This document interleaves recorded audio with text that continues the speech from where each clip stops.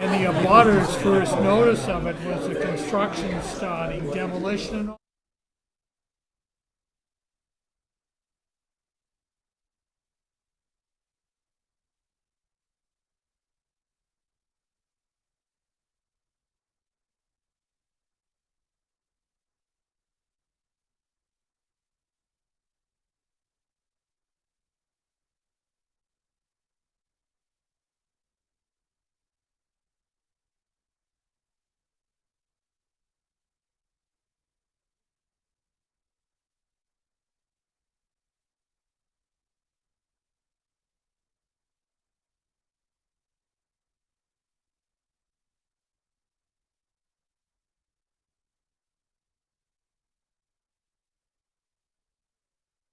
You're ready, guys.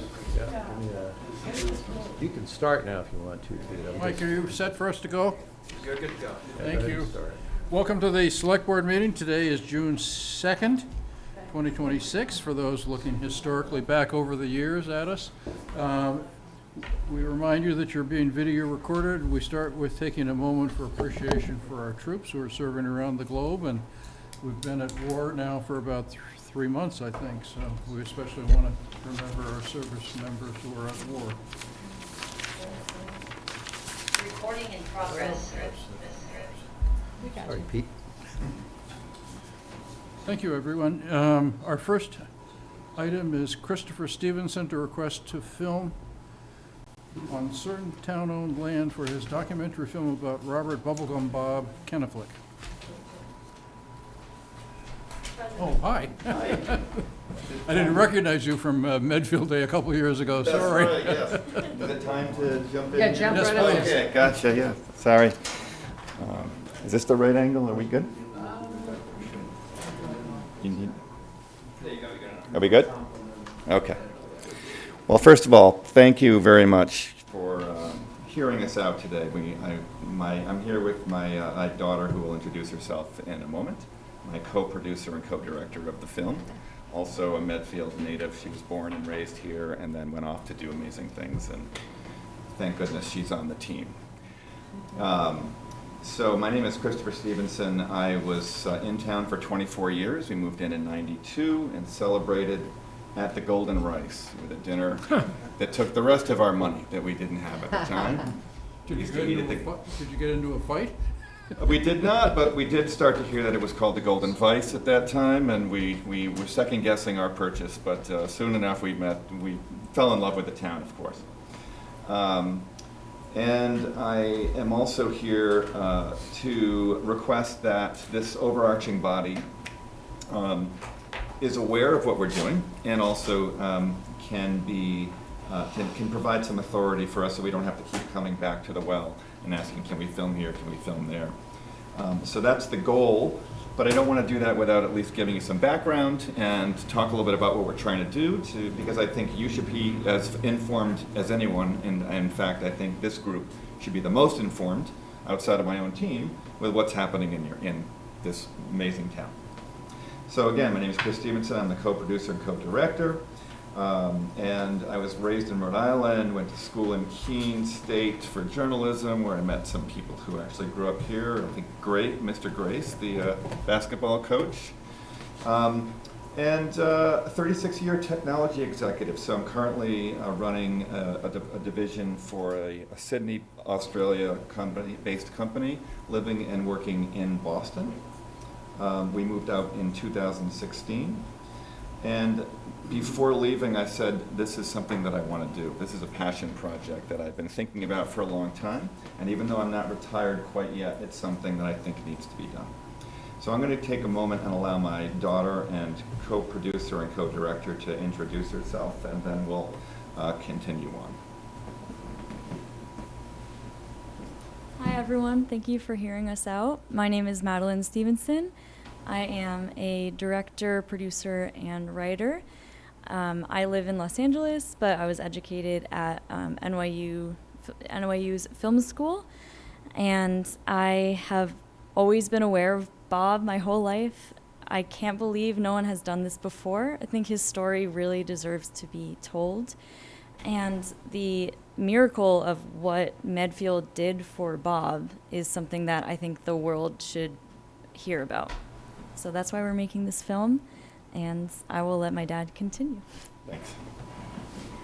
I love working with my daughter. This is such a special thing. So the purpose tonight, we're seeking this committee's authorization as an overarching body to shoot in various places in Medfield. I want to point out a few important things, and by that I mean police department, fire department, library, the town square over here with the pond, baseball fields, just in general, with the caveat that we will seek authority from the respective buildings and organizations in town. We think that's very important. The most important thing to us is that the town is celebrated for what it is, and that we're also in partnership, not that you're sponsoring or endorsing what we're doing, but that we are not running afoul of the rules, and we want to make sure that we're doing things in the best way possible. With that, I want to talk a little bit about some of the hard lines that we have as an organization. When we film, we don't film children. Thank goodness, my daughter's in the industry, really knows what she's doing, and we have an attorney that we count on. We have liability insurance. We have consent forms that people need to fill out to be on camera. And we're just highly sensitive to all of those things regarding that. So I hope that comes through and that we give you that confidence. The project is, again, the story of an 85-year-old man. Can you imagine? 85 years old, born an orphan, health problems, physical and mental disabilities, and thanks to a partnership that he had with this wonderful town, he still lives today and walks the town if he can. Now it's a little bit less easy to walk, but he's got a walker.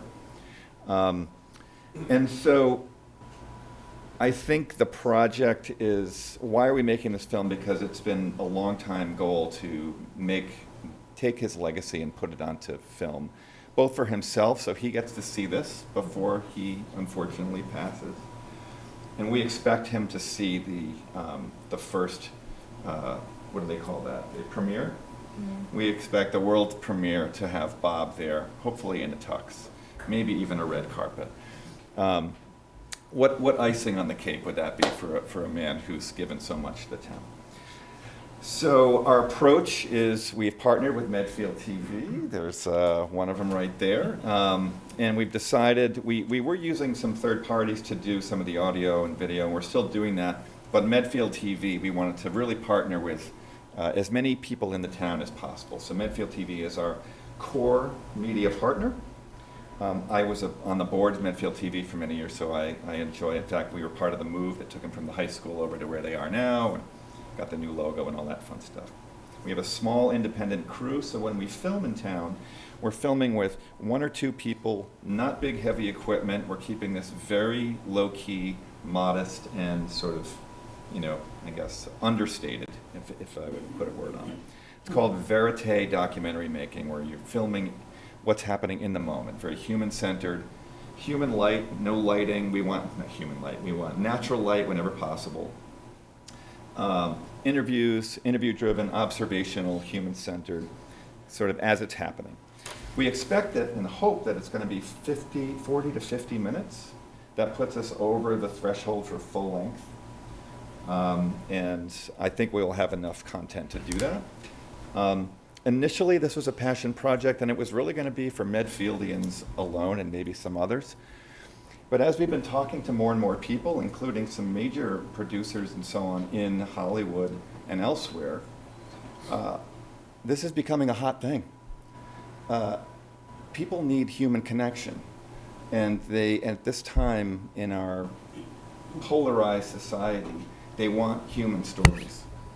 And so we expect to go out and get some grants. Right now I'm funding this out of pocket. But once we get maybe a sizzle reel done, maybe some of the early interviews, we're going to go out and try to get some grants and things like that.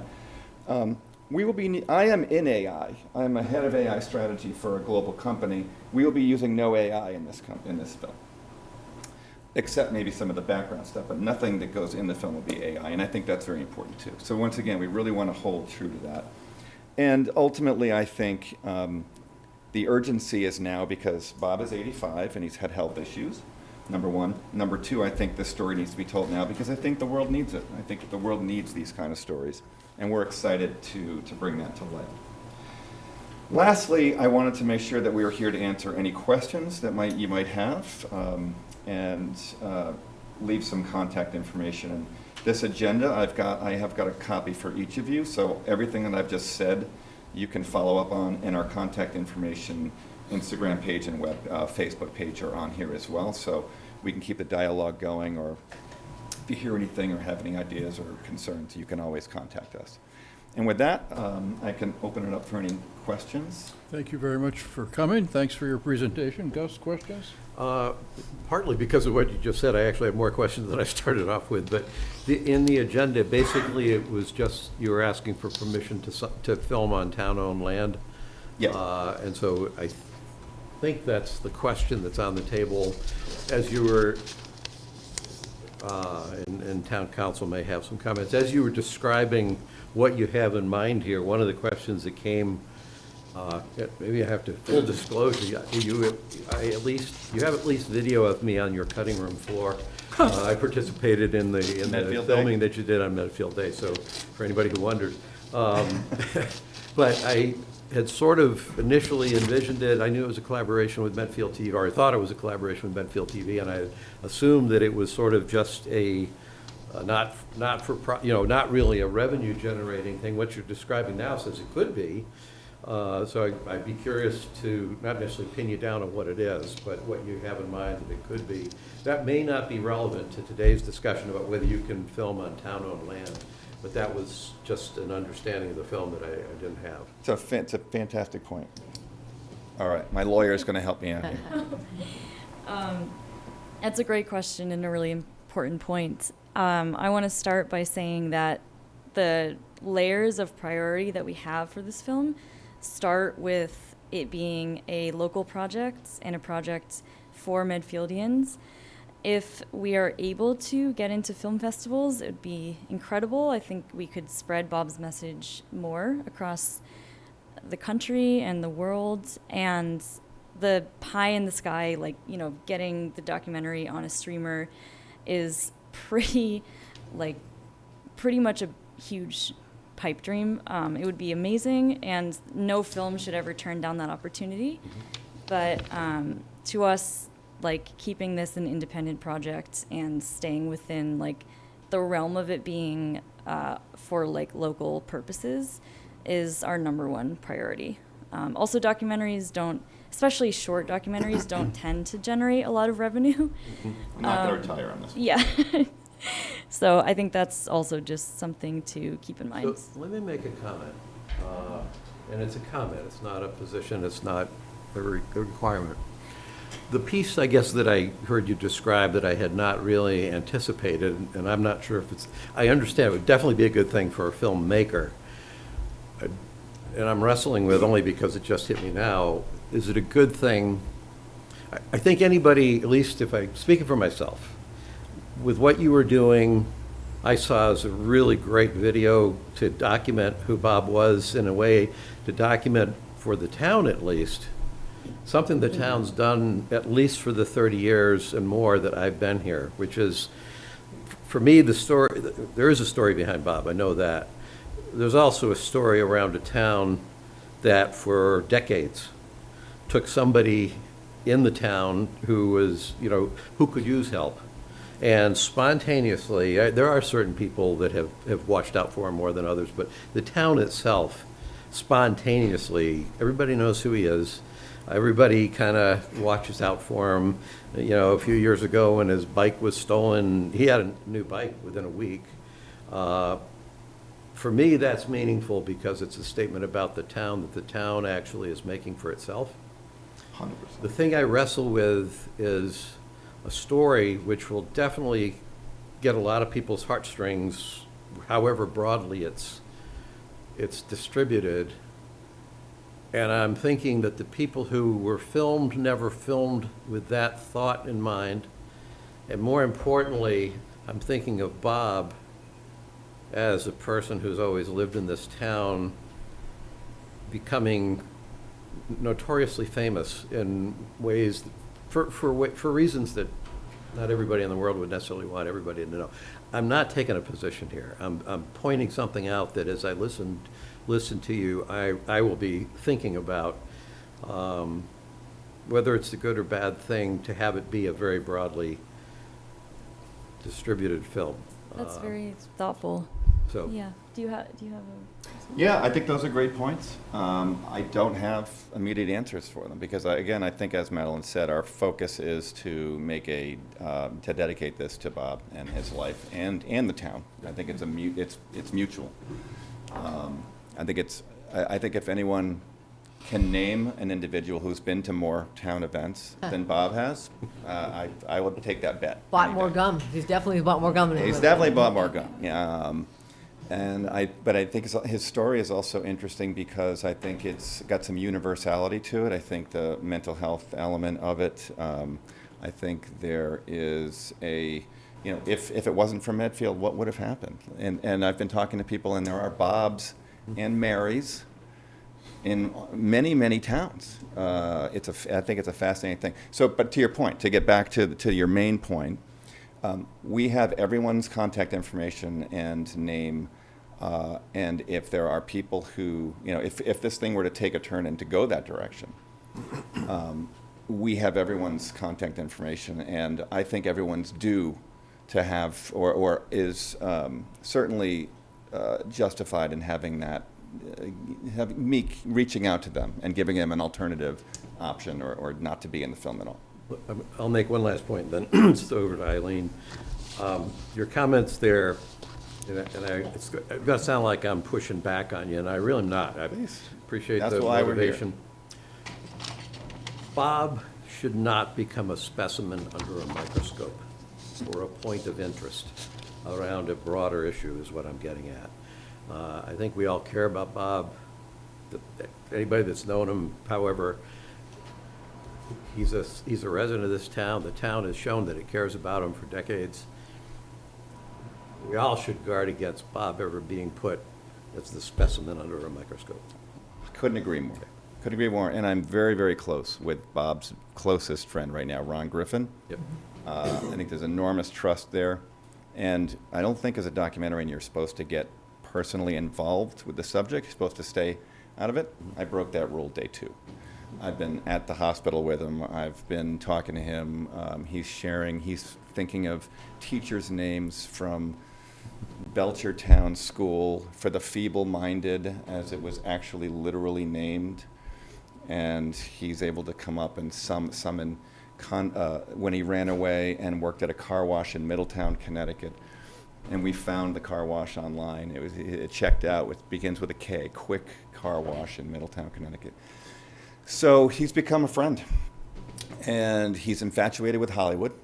And he loves to watch TV, and he knows what we're doing. He feels what we're doing, and he's energized by what we're doing.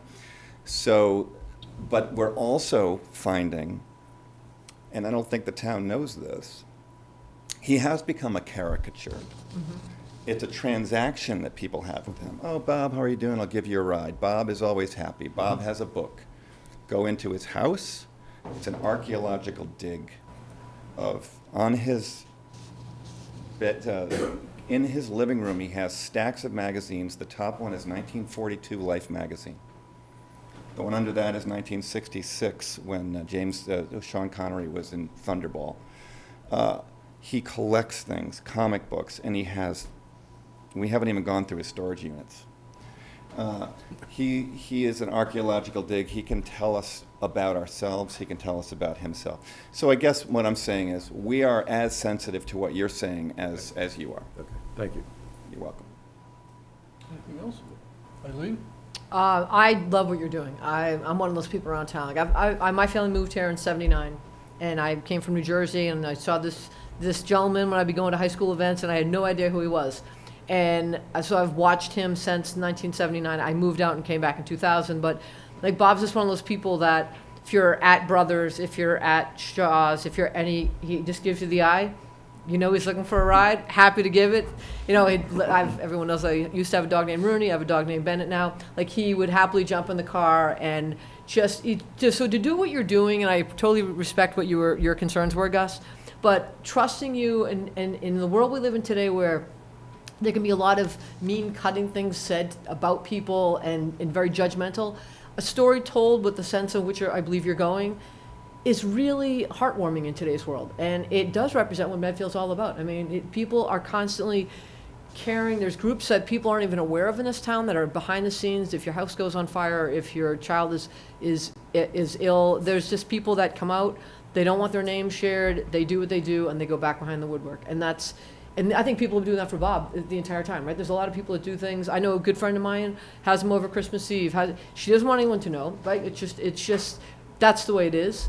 So, but I know there's a CEO at Disney that went to high school and probably knows Bubblegum Bob from its days. I'm looking for how to get a hold of him. Connie Sweeney was too tight with the information. She wouldn't give it out. But if anyone has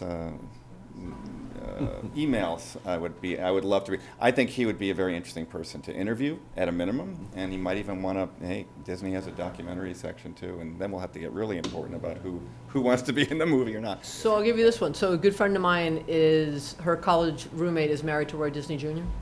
So I can easily drop her quick and say, what's the best way to drop a note to the CEO? Because they used to do a lot of things with Iger. So that would be amazing. That'd be no amazing. problem doing The town has a very interesting tie to Disney, as you might be aware. Oh, absolutely. Didn't Absolutely. use the summer here, and then it's been in 3 or 5 movies. No, 7. Medfield College. They had, I don't know if you're aware, this past Friday for the Senior Awards Day, Josh was actually honored as the Hall of Fame, the Wall of Fame representative. Okay. So he did a video recording for the kids. Okay. And in it, he actually talks about, that he respects that there is this unbelievable tie to Medfield, and I think he said 7 movies, and yeah, so it's Medfield is intertwined in all the Disney projects. So Yeah. whether it's Disneyland, Disney World, the movies. 100%. Yeah, that would be amazing. Yeah, I can right? send my friend Kristen a text and just find out. Okay, that's incredible. Thank you, Eileen. But I support it 100%. I look forward to it, and as you said, I know he's been battling health issues, so I really do hope this can, even if it's the buzzrail to that he sees how this is progressing, and just so many people are behind him. I should point out that throughout the process, Ron was talking to me. He said, first of all, I wholeheartedly agree with what you're doing because all I can do is write a eulogy. And so he was feeling a little like, this is all I can muster, and he's thrilled that this is happening. But then he said, Bob's going to need a place to live soon. He's been living independently. He's going back to his bat cave by himself. He's out here, he's happy, he's smiling, he's going home living by himself for 30 years. And my wife got involved because she's a senior. She deals with Alzheimer's and dementia care patients, and she works for a company, and she got her company to pro bono help figure out, navigate the healthcare system, and to try to get, because he's not qualified for Medicare, he has to go through and spend down on his money, and I'm sure many of you have dealt with all this with the healthcare system. So we've gotten personally involved with trying to help him, and we're hoping Thomas Upham. If we can get him a Thomas Upham, that would be a touchdown, especially if it's before the 375, so he can be on the front porch when the parade goes by. But in any event, yeah. So we're personally vested in this, and we're excited about it. Thank you. So first, maybe if you could send the copy that you were going to give us, just send that to us digitally. That would be the best, Sure. easiest thing for us. And I'm thinking that I did meet you at Medfield Day, because I know that somebody was following Bob around on Medfield Day with a camera. That was you, was it? Yes, yes. Okay. We spoke, yeah.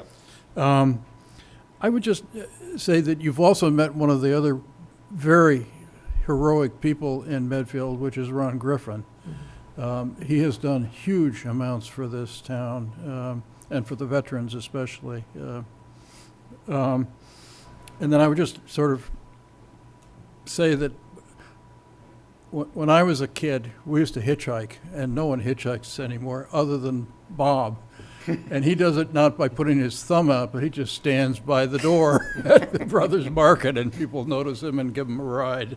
So, Yeah, I think the clincher for me was at my son's end-of-year volleyball banquet in the cafeteria in the high school. We were sitting around, and that's when they take a big sandwich and they chop it up in a bunch of people, and some kids make speeches, and it's an awkward little event, very personal event.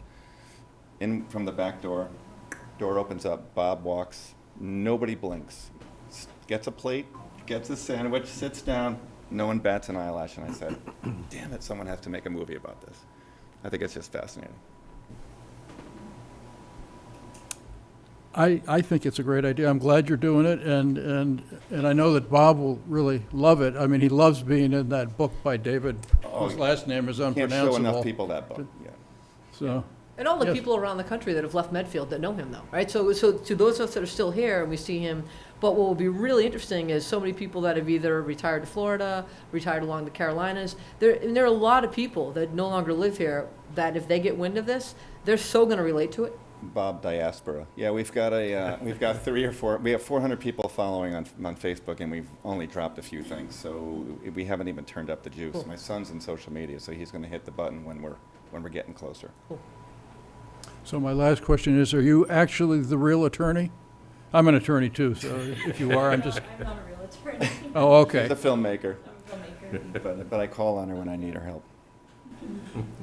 Mr. Sorrell. All right, so I'll try to keep the legalistics to a minimum. So the select board can give you general support of the community. They can also give you authority over the properties that they have care, custody, and control over.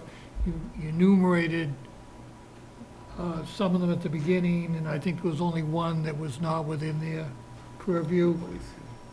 No, Oh, the, but COA is COA. separate, park and rec is separate, so you will have to, Or or any you should make school. contact, in the schools. The school, of Yeah, course, yeah, the that school one is the field. heavy hitter, that's a tough So, one, yeah. so as long as you're aware of that, and just out of curiosity, what kind of a time frame are you talking about?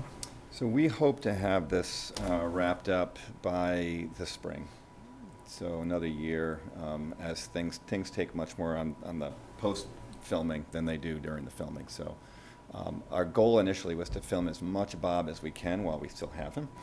Sure. Right, for all the right reasons. And so we're going to prioritize some of the other interviews behind it and try to get as much with him as possible. His recent fall and move has affected that somewhat, but anyway. And the other thing which we typically tell our solicitors, which is to touch base with the police department when you're filming, because just so that they know if they start to get calls that somebody's around with a camera.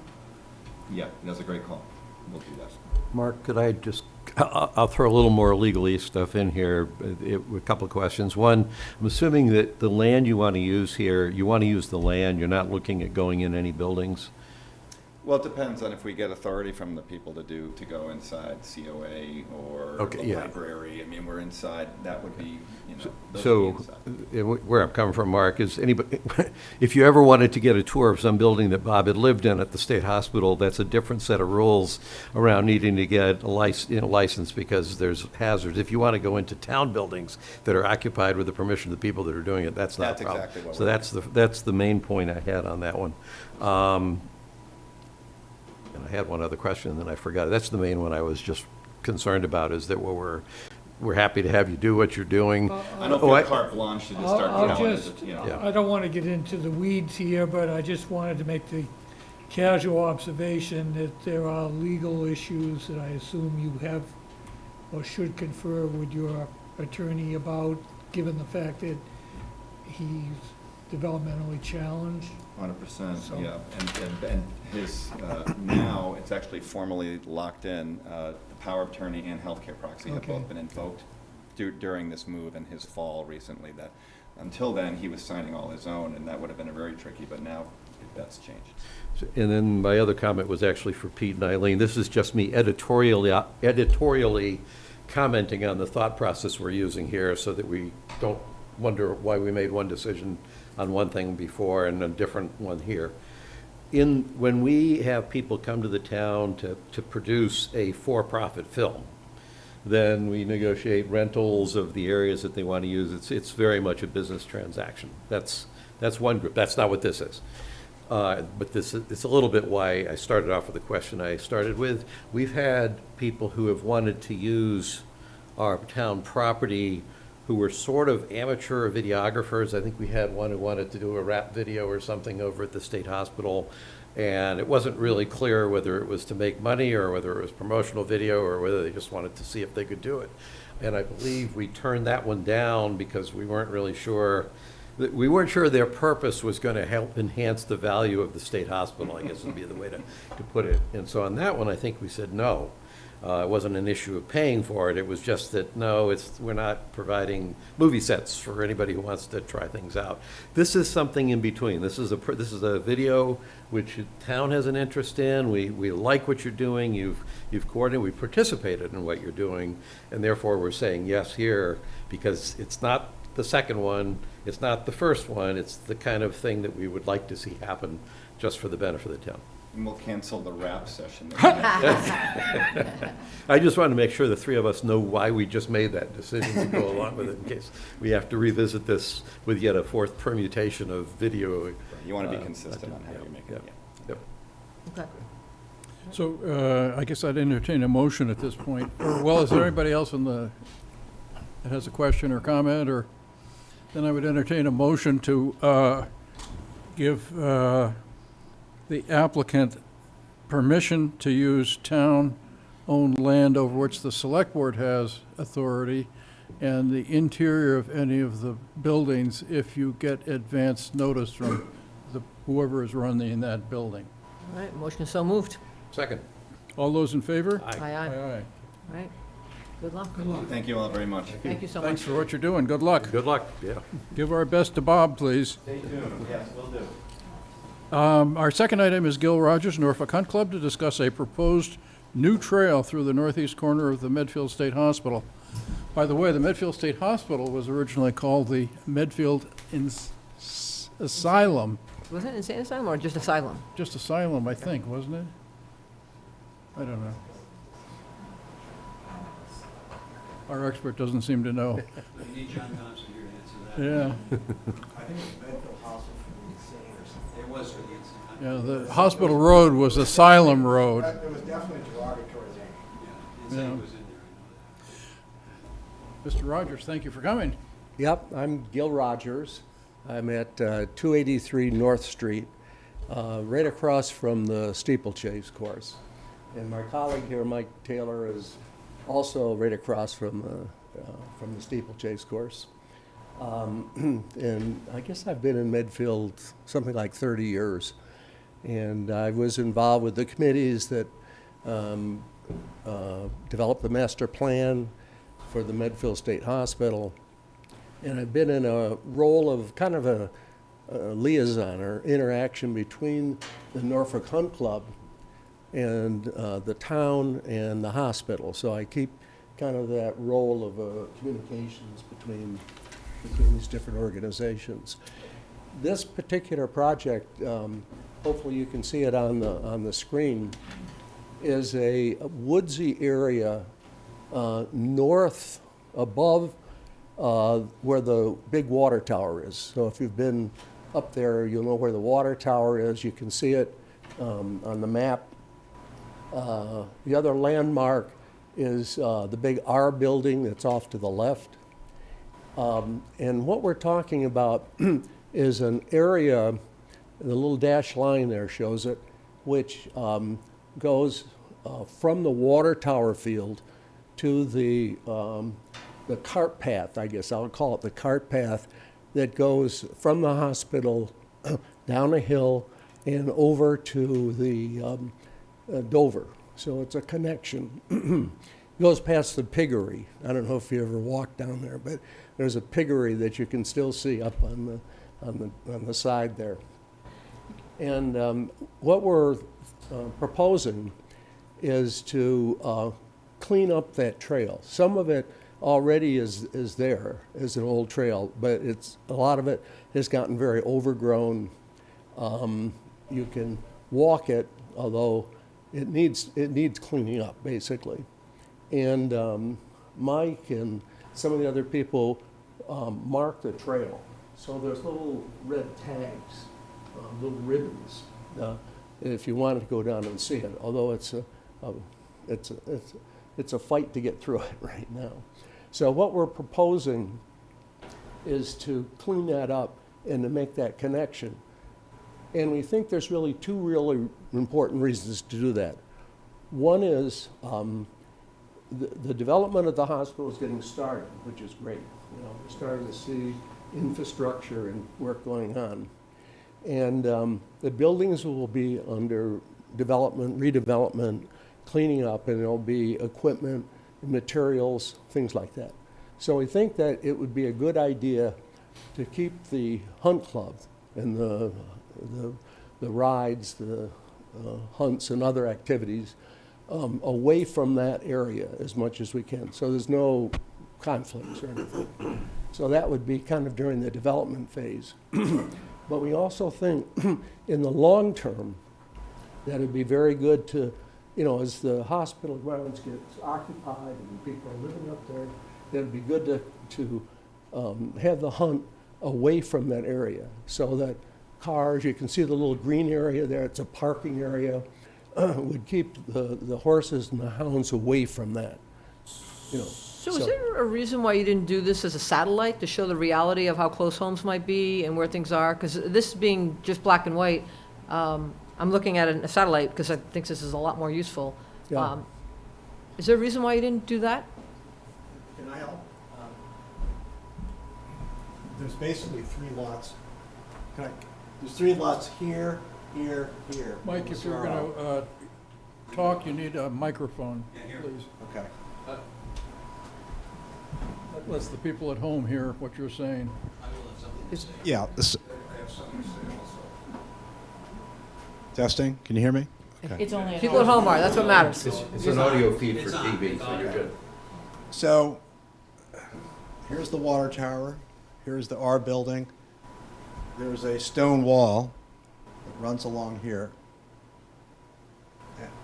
which the town does not own the land on the other side. So you are seeing the properties that are individually owned, include Bill Massaro's there. And those 3 properties. The other thing I just want to point out is this burn area, that doesn't exist. This is part of the Trinity proposal where they wanted to create a burn, right, to protect the parking lot that would be on the other side. And so, in theory, so if horses were going through here, they'd be running along this edge. Although in theory, they could go along this, there's a path along here.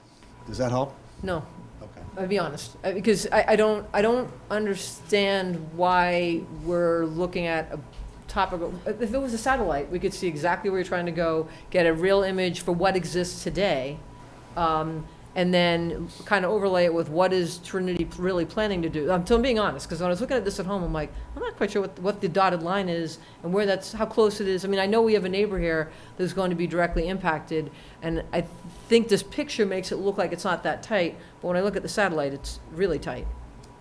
So that's my only concern here, that it's not helping me really grasp whether so sitting here, I'm stepping over Gus right now, but like I wouldn't support it until I saw a better view before I just said yes, and then find out after the fact, like, whoa, this isn't what I was actually expecting, to be honest. So did you have more that you wanted to finish presenting, Gil? Well, the key points were, why are we doing it, right? And I had those sort of 2 points. One is during the construction phase, and then the second is the longer term, you know, the way that the hospital gets developed. Also, I'd like to say that I've been talking about this quite a while, and I had a chance to talk to Mike Sullivan about it quite a bit, and he was very happy with it, thought it was a very good idea. And then, of course, I'm close with John Thompson, right, who knows the property really well, and he was very comfortable with this. And also, I have a relationship with Trinity, so I keep Don Moore involved with it, you know, and make sure that it's comfortable for them. Don oversees the whole redevelopment plan, so he knows what work is going on up there. So I want to just point out, okay, that in terms of background, we've done all of that. We've gone through those sort of background steps. Anything else, Gil? I think those are the I think the main points. Okay, Gus? Yeah, let me make a number of comments. I guess Gil talked to me a week and a half ago. I don't remember where it was, but talked to me, and I actually didn't realize that you were talking about the dash line. I actually thought you were talking about just that left-hand arrow. I thought you were cutting off that sharp turn to stay on. I've walked my horse by those buildings, and I can guarantee you that the Hunt Club and probably anybody who lives there, including dog walkers, would be better off if there was a trail for horses, at least, farther to the right. It's not really an appropriate place, especially if it's an apartment complex, to be bringing horses. You wind up, if you're on the road, you wind up walking right by that building 15. Right. So you're right there, and it's like, it'd be like walking your horse, like through downtown, almost. That's gonna be a parking So lot in the that's- future, right? Well, no, I'm talking about the corner. 15 is the lower one there, below that red arrow. So the way you would do it, the way it is right now, is you're gonna be on the road, paved road, you're gonna make that little sharp turn to get on the dirt road, and that's the way you would go. Yep.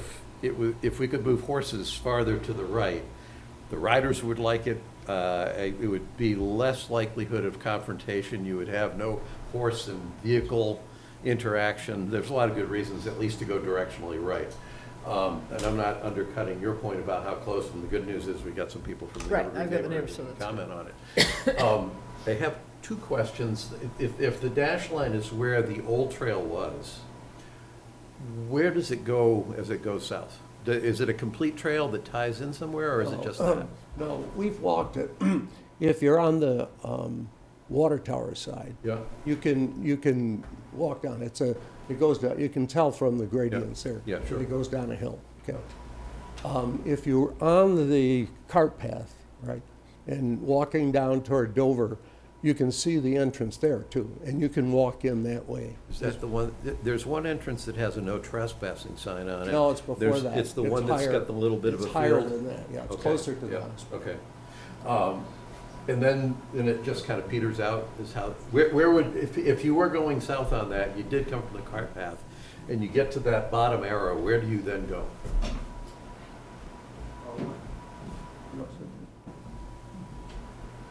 I don't know is an acceptable answer, we have, what- Who is the, microphone. I can do it. What's the question? Michael Taylor, 243 North Street. So first of all, Northfield, if you follow the cart path, Yeah, sure. everyone knows, Yeah. that goes to the Dover Yep. playing fields. If you go south, well, it's not really south, is it? It's really. Down it's on the west. diagram. It's probably more southwest. We'll call it south. But down, that eventually goes to field, what we call A1. A1 is owned by DCAM. Right. And that's a huge agricultural field that eventually brings you down to McCarthy Park area. Right, so you. Is that helpful? Okay. And so the Watertown lot, right, is town-owned, right? And it's not that big a lot. Right. But you basically would cross the water tower lot to connect to A1. So basically, this part is sort of what you're telling us that would happen on the town property. Right. And then once you hit the state property, the Right. Hunt Club would do what the Hunt Club always does. Well, which is but ride. even when the Hunt Club rides across field A1, A2, the Yep. east and west fields, Yep. they always get permission from the town of Medfield, even Yeah. though, Yeah. because the idea is they're crossing state land, DCAM land, and then obviously trying to cross town land.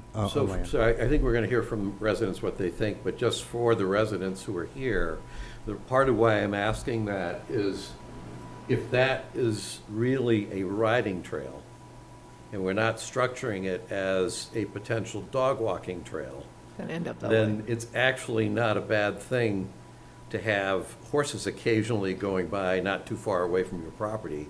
So the fact that there is no distinct, the southern entrance to some place that would cause people to want to go use that path all the time, for the purposes you have, I would see as an advantage for residents over in the Evergreen neighborhood who might not mind having a horse or two go by every once in a while, and a bunch of them go by on Thanksgiving. That's a lot better than saying, I've got a whole bunch of dogs, that use this trail all the time, and they don't pick up, and their dogs run in my yard, which is where we started that discussion a couple of years ago. Yeah, I mean, we're talking about 3 or 4 events per year, Yeah. you know, something like that. Yeah. The biggest one's the Thanksgiving Day. But we do a pace, a hunter pace, which is not with hounds or anything, but that often starts at the hospital, goes through here, winds through Dover and Sherborne, and then comes back again. So it's not used a lot, but it's used occasionally, you know, and then we'll have a few hunts during the year. And speaking as a neighbor of the Amnott Farm, where the Hunt Club has on occasion, and Thanksgiving gone right along the edge of our property, it's cool. At least I think it's cool. I own a horse, maybe that biases my opinion. It's cool. So, anyway, the main point I was making is if that's what it really is a trail that riders would use, and it's not a trail that dog walkers would necessarily, you know, flock to because it was easy to get on, that's probably a good thing in getting the horses farther away from the buildings, certainly during construction, but more generally, just getting them farther away from the Yeah. buildings, which is a pretty compressed apartment complex. That's a good thing for everybody. Yeah, I think it's a very important point. I mean, not that there's any real conflicts, but nevertheless, keeping the horses and the hounds kind of away from the hospital during construction, during the work, but also thinking ahead, you know, when the development's all done and it's a very active community, I think it's important in that perspective too. And I think now's the time to do it, you know, now's the time to make this little loop in and then get it set so the riders are used to it. That's all I guess. So Christine, can you do me a favor? Can you go to Google and go to Google Maps and just bring this up so we're looking at it real time and not the diagram that's here, right? Because I haven't. I've got a map here too. Yeah, because I'm looking at it right now, and I'm just trying to be crystal clear with what you're asking, and then visually seeing where it's at, because it's also going to help when the new parking lot is built, how close it's then going to end up in people's backyards.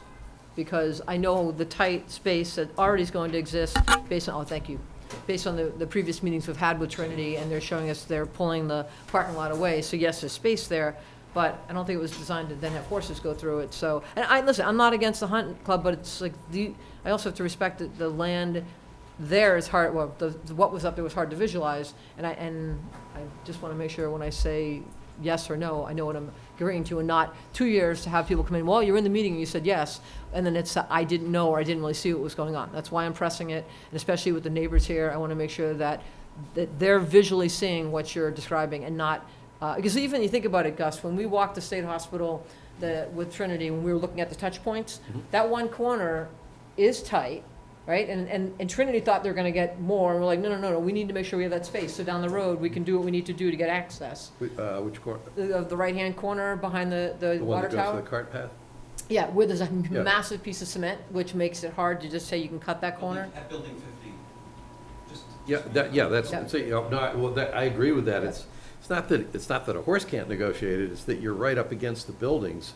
Well- And I don't think that's fun for riders necessarily, because you're on asphalt anyway. Yeah.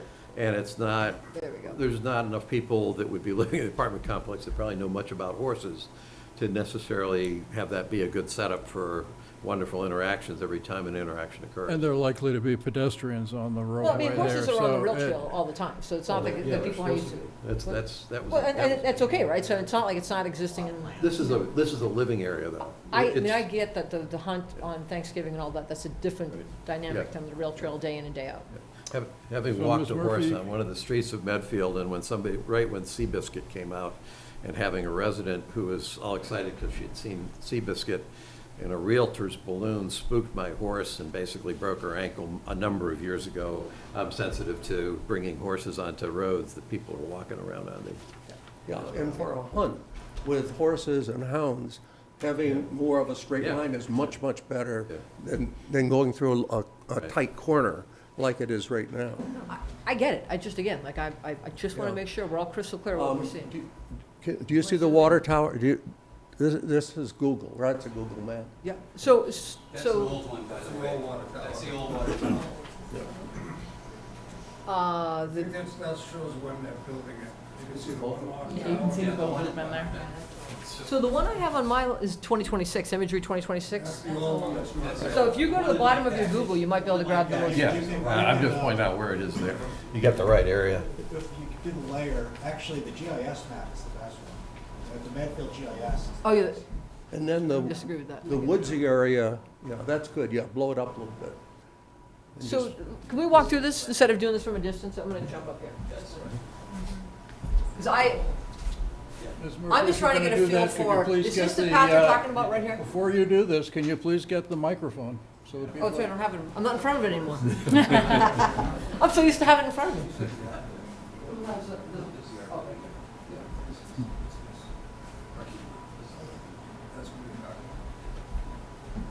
So this is gonna help me visualize it. So are you talking about clearing this right here? No, it's much further to the, you see where the cart path is? So right there. Yeah. It's through that woodsy area. Well, So, but not all the way over in the halfway. Let me help. Yeah, I was This gonna say- this is a little unfair because this tower doesn't exist. It's all No. filled in. Yeah. So there's an existing path there right now. so what is that? It's- That's what I'm asking. No, there's an existing, well, not this thing. There's an existing path that starts about there, right? And it goes in this direction. And actually, maybe it starts about there, it goes in this direction. And what our plan was is to use the existing path and then cut across up here.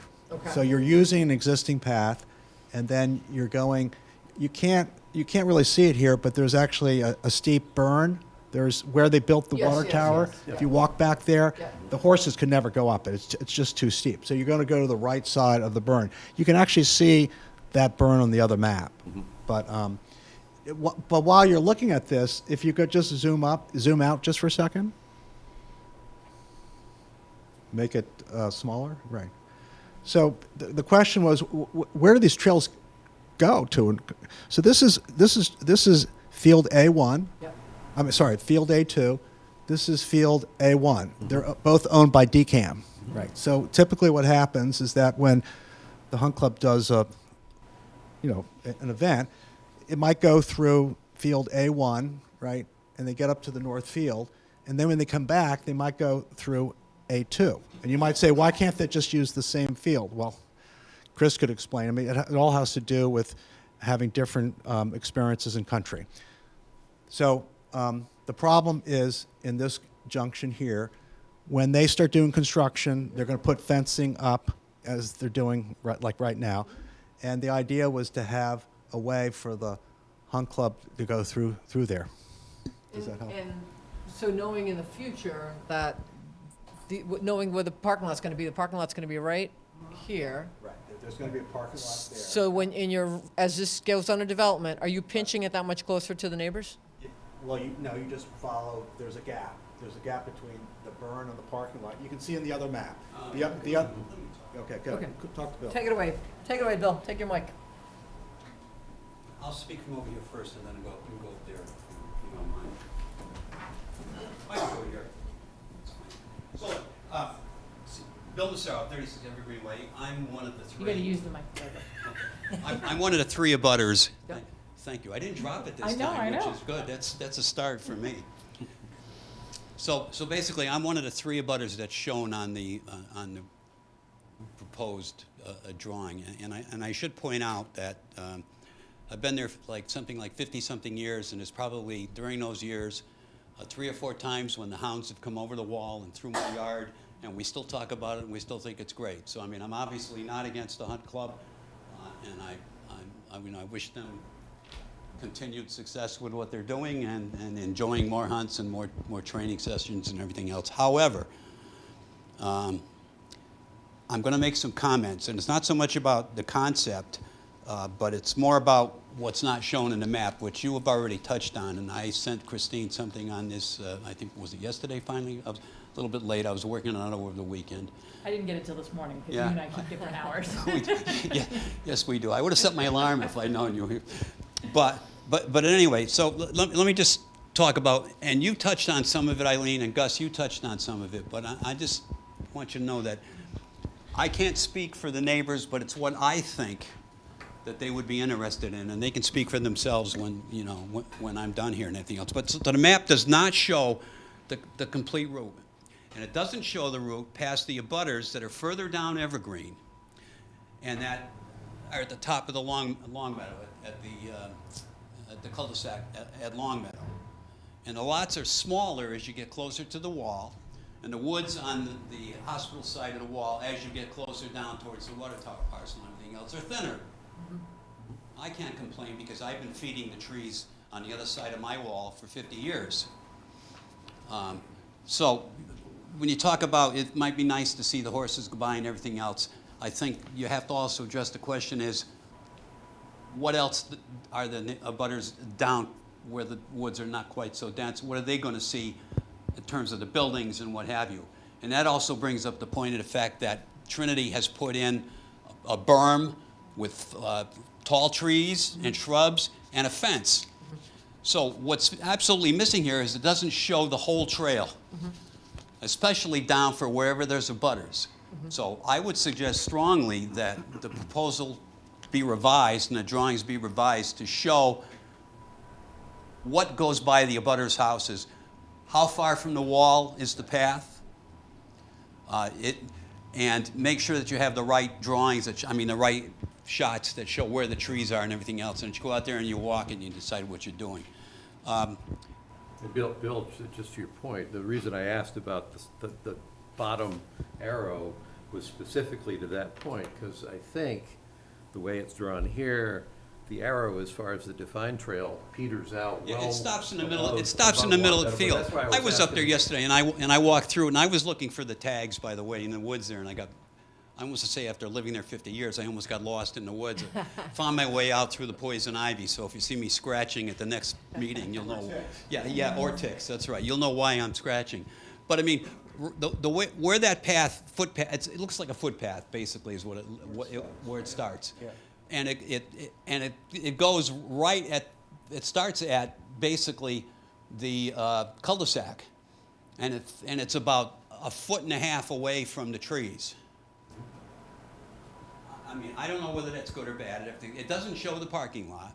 You're also assuming that, for years I've been raising the issue of where does the parking lot go? What are you going to find when you dig in the ground and everything else? And is it going to be somewhere else than where you're planning and everything else? So there's always the issue that when they start to do that, they may find out that they have to put it in a different place. So let me just go what I thought my quick points were.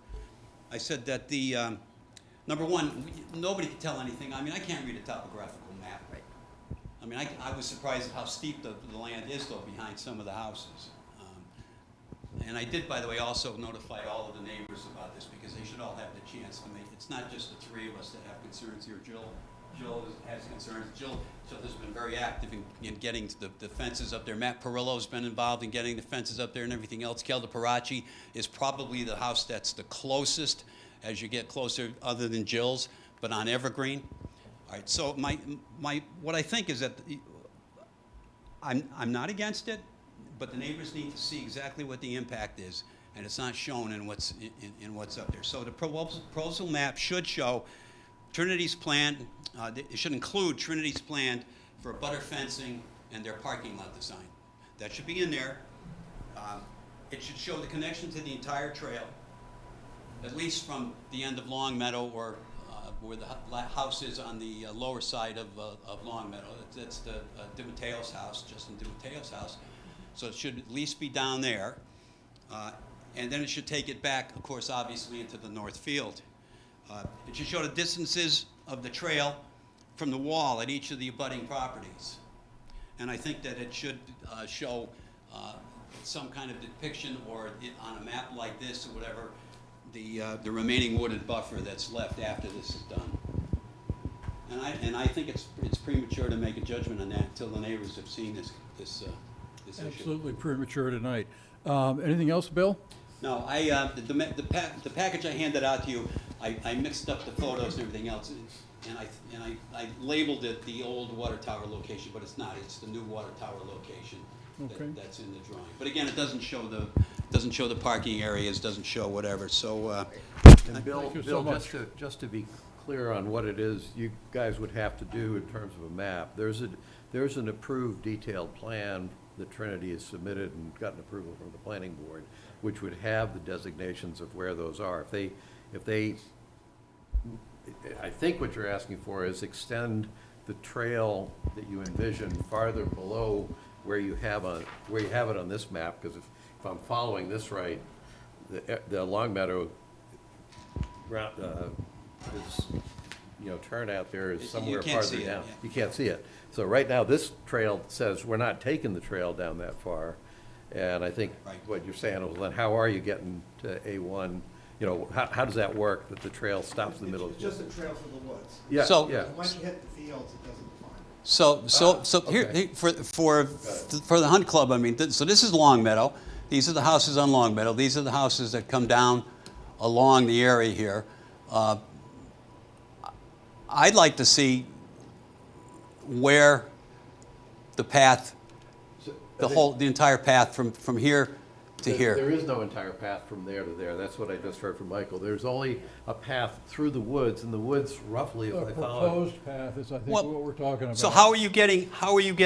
How are you getting to that spot? You're going through this area. Yeah, and Yeah. but That's what we there's need, no is the trail. layout. There is no But the layout, is what concern I'm I- saying. But we need a proposed path, and so I'm But gonna there's- propose that we have a site visit, so this can get worked out between the Hunt Club and the neighbors. But Pete- But at the moment, we still are waiting to hear from Eileen, for her to finish her Yep. comments, I'd me to like make to- mine, and then we'll go to Jill and anybody else. So the point, I want to be clear, is what we're talking about. They're not proposing a path on the field. They should. So we need to be clear on that. But let me jump on that, though. It's gonna be really important, and if you're working with Trinity already, and Dan that's on site, I know that there's gonna be a lot of landscaping and work done to this parking lot to create the buffer that the neighbors requested, and Trinity was fantastic with.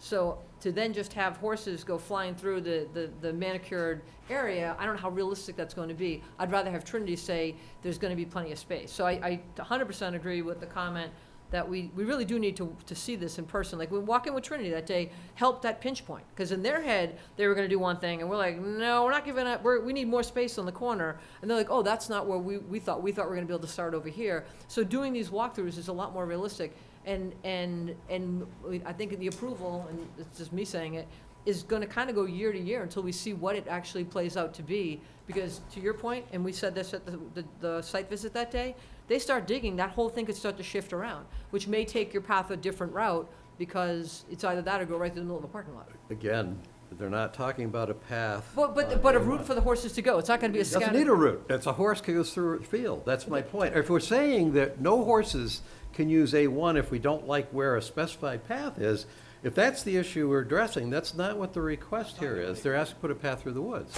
Right, but the path through the woods has other ramifications, Gus, and we need to address the full ramifications, because, the horse comes out of the path, it's gonna go somewhere, Yeah, and so that on we the need to field. figure that out. So, anything else, Eileen? No, the only thing I do wanna say, and I don't wanna be naive to this, and I know you guys aren't doing it like every Friday, right? It's like, how many times throughout the year? 7 or 8 times? But the concern is, if your opening remarks where you're going to clear the path out, it hasn't been cleared in a long time, knowing that people are going to be pushed more and more to the perimeter of the state hospital land, I am concerned that dog walkers are going to cut corners themselves. So now a path that wasn't cleared, now going to be cleared. We saw what happened when we shut down the state hospital and where people scurried off to. So it's naive to think that dog walkers aren't gonna go down there. And then if it brings them that much closer to all the chaos that I think we attempted to clean up in the last 3 years, I don't wanna open that can of worms if we can avoid it. So I just think we need to be clear. If you're saying, if you create any path at all, that will attract dog walkers. The reason I asked you the question about the southern part is if you create a path that there's no obvious entrance to for dog walkers, that is only used to get through the woods by horses, then there's no reason why dog walkers are gonna necessarily go through the field looking for an entrance to a path. They're gonna do what they do now, which is you just use the field and you walk wherever, not that many dog walkers use it, But if you, it's not, nobody's kicked off of the state land right now and said you can't use it unless you stay on a pre-specified path. That's the only point. They said, we're not planning to put a path in the field.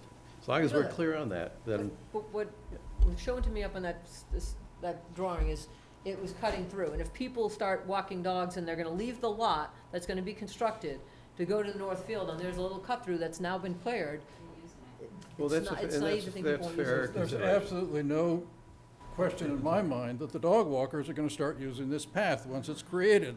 That's just part of what's gonna happen. They use all the paths up there now, and there's no reason they wouldn't start using And this. just being Anything else, honest. Eileen? I'm gonna pass the baton to you, my friend. I'm good. So my first issue is, as I say, I think we have to have a site visit, and my colleagues want more of a plan, so I encourage you to do more of a plan first, and then to organize a site visit with the select board and the neighbors.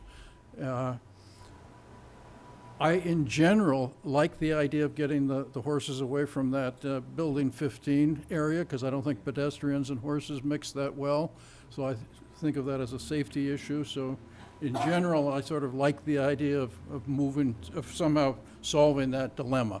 The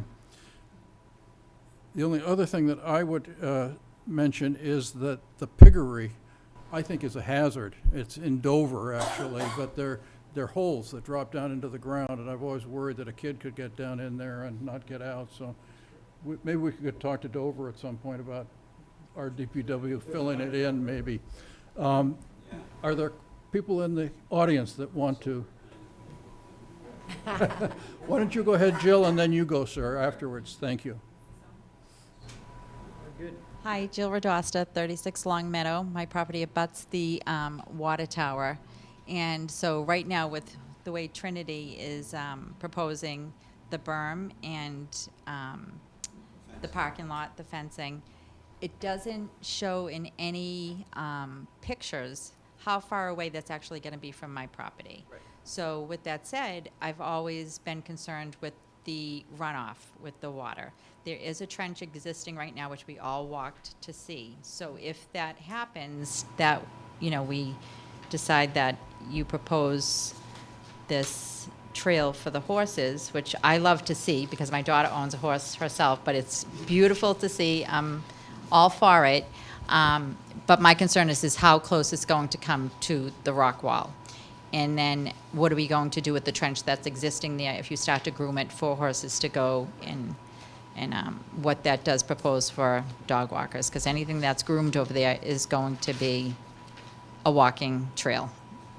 So that's my So concern. my suggestion for how we go forward is that we get the plan, then we have a site visit, then we reconvene here and have another meeting to discuss it. Anything else, Jill? I think that's it for now. Yes, sir. I'm Nils Anderson. I live at 38 Evergreen Way, and I've lived there since the late 90s. And I just want to show you, I live in the house that's right here. It's right here. This is an old picture, but I live in the house that's right here. The path that he was talking about with the trespass sign, that's actually a path that I've made from walking up there for 28 years. That's a path that goes right from through the wall and goes up to the hospital. And we use that, and it looks way a path. The path that I think he's talking about, 28 years there, there's never been a path there. What is there is that where the old power lines used to go. And I think that's what he thinks what the path is. And the other issue that I have is this is the last area here that's very dense. And I know for a fact that all the deer in the neighborhood, I know this is where they hide during the day. I've seen them flushed many times by dogs. And also, right there, right now, there's a turkey with 10 little babies running around. Every year they have turkeys are in there, and and it's like the last area for the wildlife to hide out in that area. And that's where it is. And the other problem we have is the dog walkers. I mean, since the invasion of the dog walkers, since COVID, it's every day you hear people yelling, there's a dog's lost. We've had a dog come through and kill a chicken in this house. I think it was this house right here, a chicken was killed. And I have video of packs of dogs running from the woods recently, and then they come in, they go directly towards the chicken coop of my neighbor, which is sealed. They don't have the chickens out, but they come in and they go out. And daily you hear people yelling for their dogs. I mean, I have no problem with the horses at all. It's the dog walkers. I mean, there's a lot of irresponsible people up there now that walk their dogs. I mean, it's the way it is. And in the density of that forest there's nothing else around there in that general area. So that's my only thing. In the path that I've seen, it appears to me that it goes through here, and it appears to me to be less than 100 feet from my property line, which is the stone wall. It's very close. And like I said, I remember in Trinity, when we used to have the meetings, they always say that that'll be a buffer zone, and nothing would ever occur there. You know, I have no problem. If they can figure out a way to just have the horses go through there and keep the dogs out of there, but we're gonna have a lot of problems with the people, because the people are, you know, there's nobody that enforces that I can see, and I walk up there almost every day. You know, the dogs, every dog's off leash there. I mean, it's fine, we live with it, we have been living with it, dogs come in the yard, but I think this will definitely make the issue a lot different when we have people that are walking dogs here. Human nature is they're gonna do it. If they can get to that path will be used a lot. Just one point of clarification, though, as you were pointing, I think if you see on the edge of the woods, I think Eileen first thought the path would go along the edge of that crack in the woods, if you will, that's close to your house. And I thought you said, no, it's actually to the left of that. So it's not in the woods that's the buffer near your house. I've seen the red, if it's the red, people put red ribbons with closed laundry clips. Yep.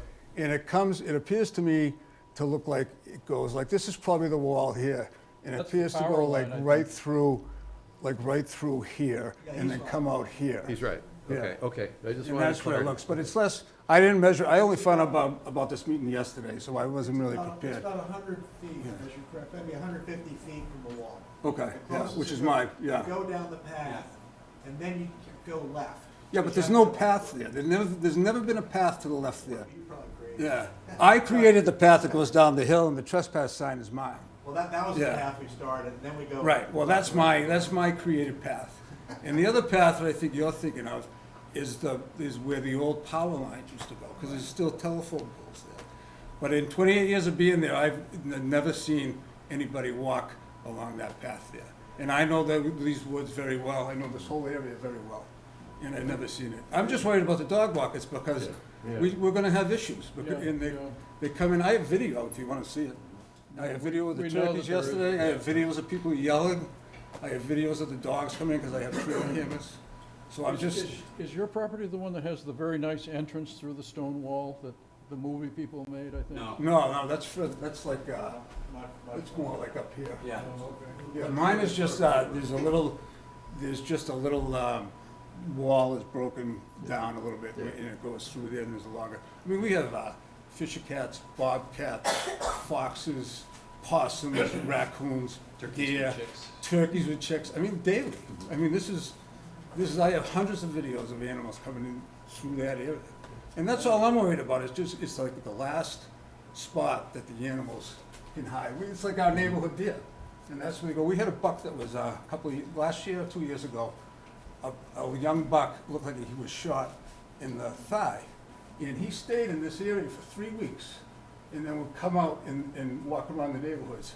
And he stayed there until he was better, and then he left. You know, so it's kind of like the last refuge for the wild animals in that area. Thank you. Okay. If I just, Mr. Massaro, again. I will.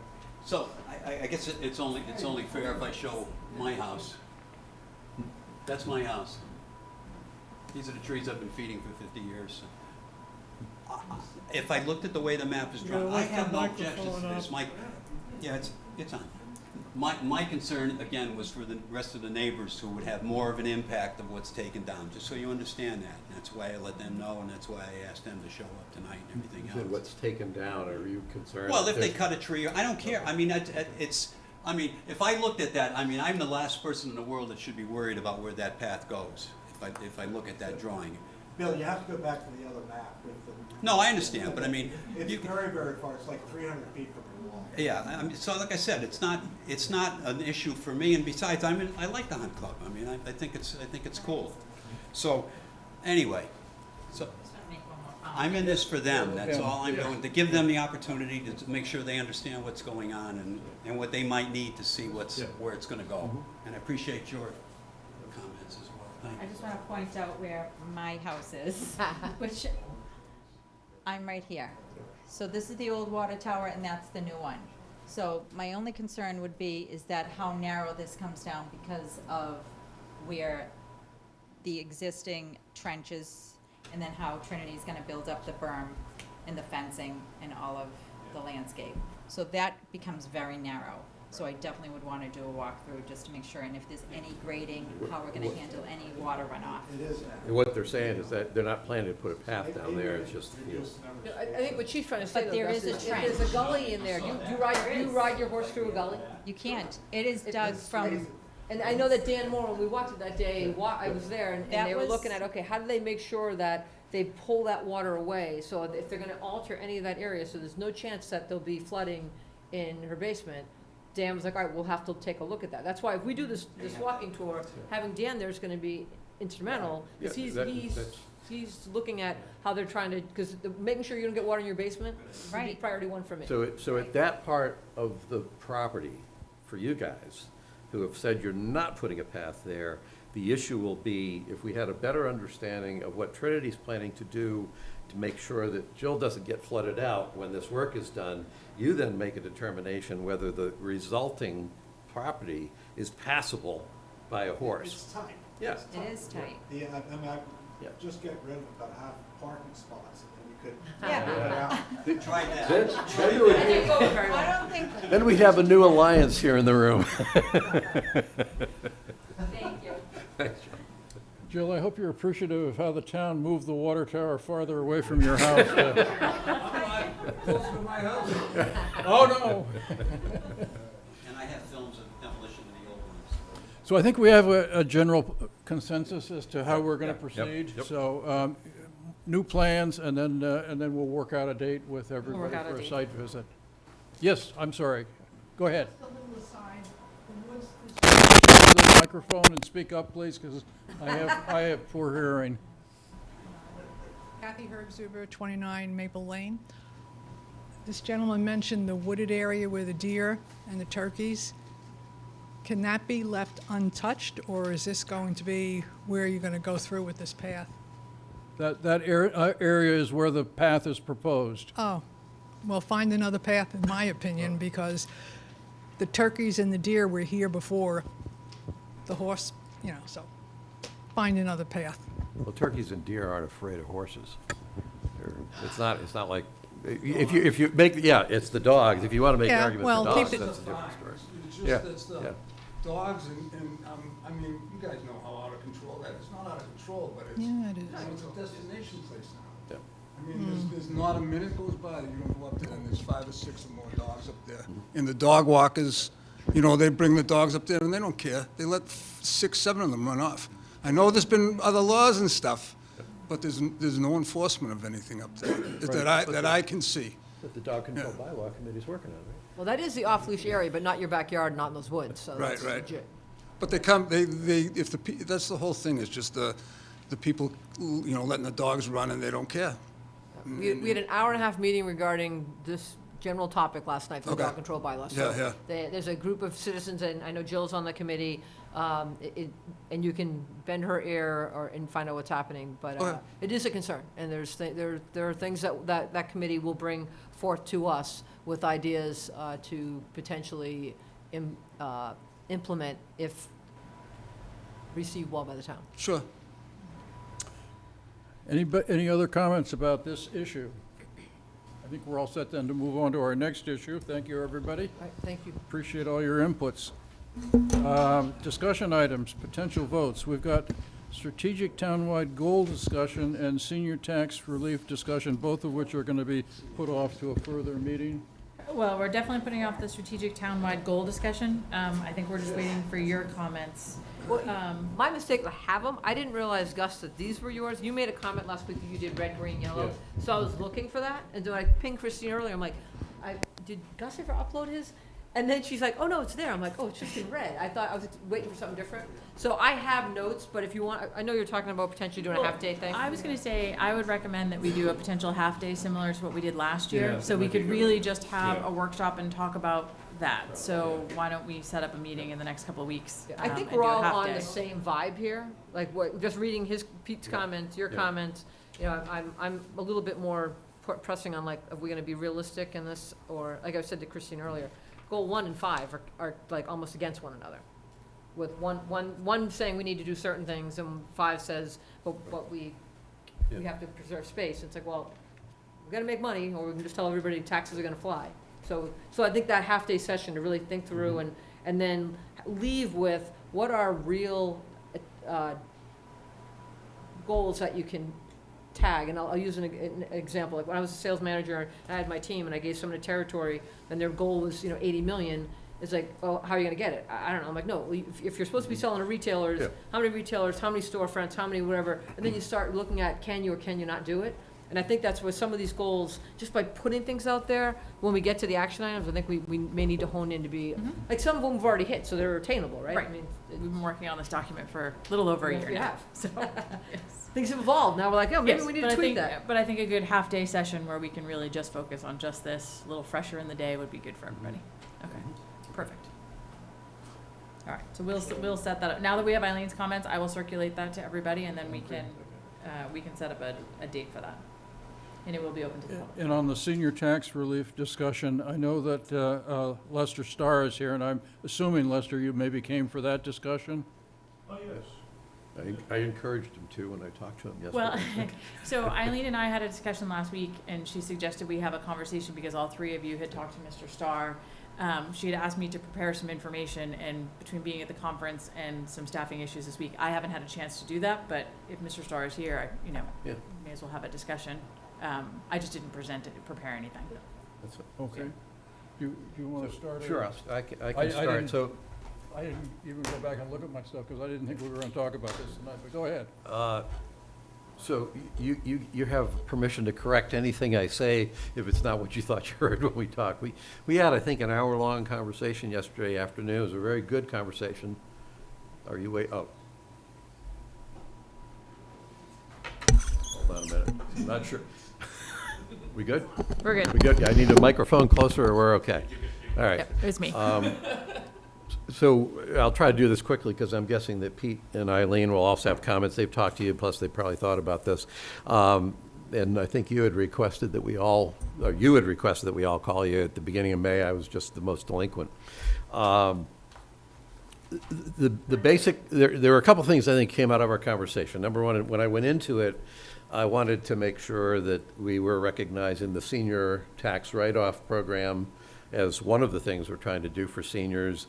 And also, we had a brief discussion around the idea that seniors, if they are not in a position to be able to cover the cost of the taxes for their house, because taxes are going up, that we have a provision here, or program here in town, where basically it's like a reverse mortgage, where seniors can allocate their tax payment against their house, and that effectively it's working like a reverse mortgage. You don't actually pay the taxes, but over time, the lien that the town has against the total value of your house will increase.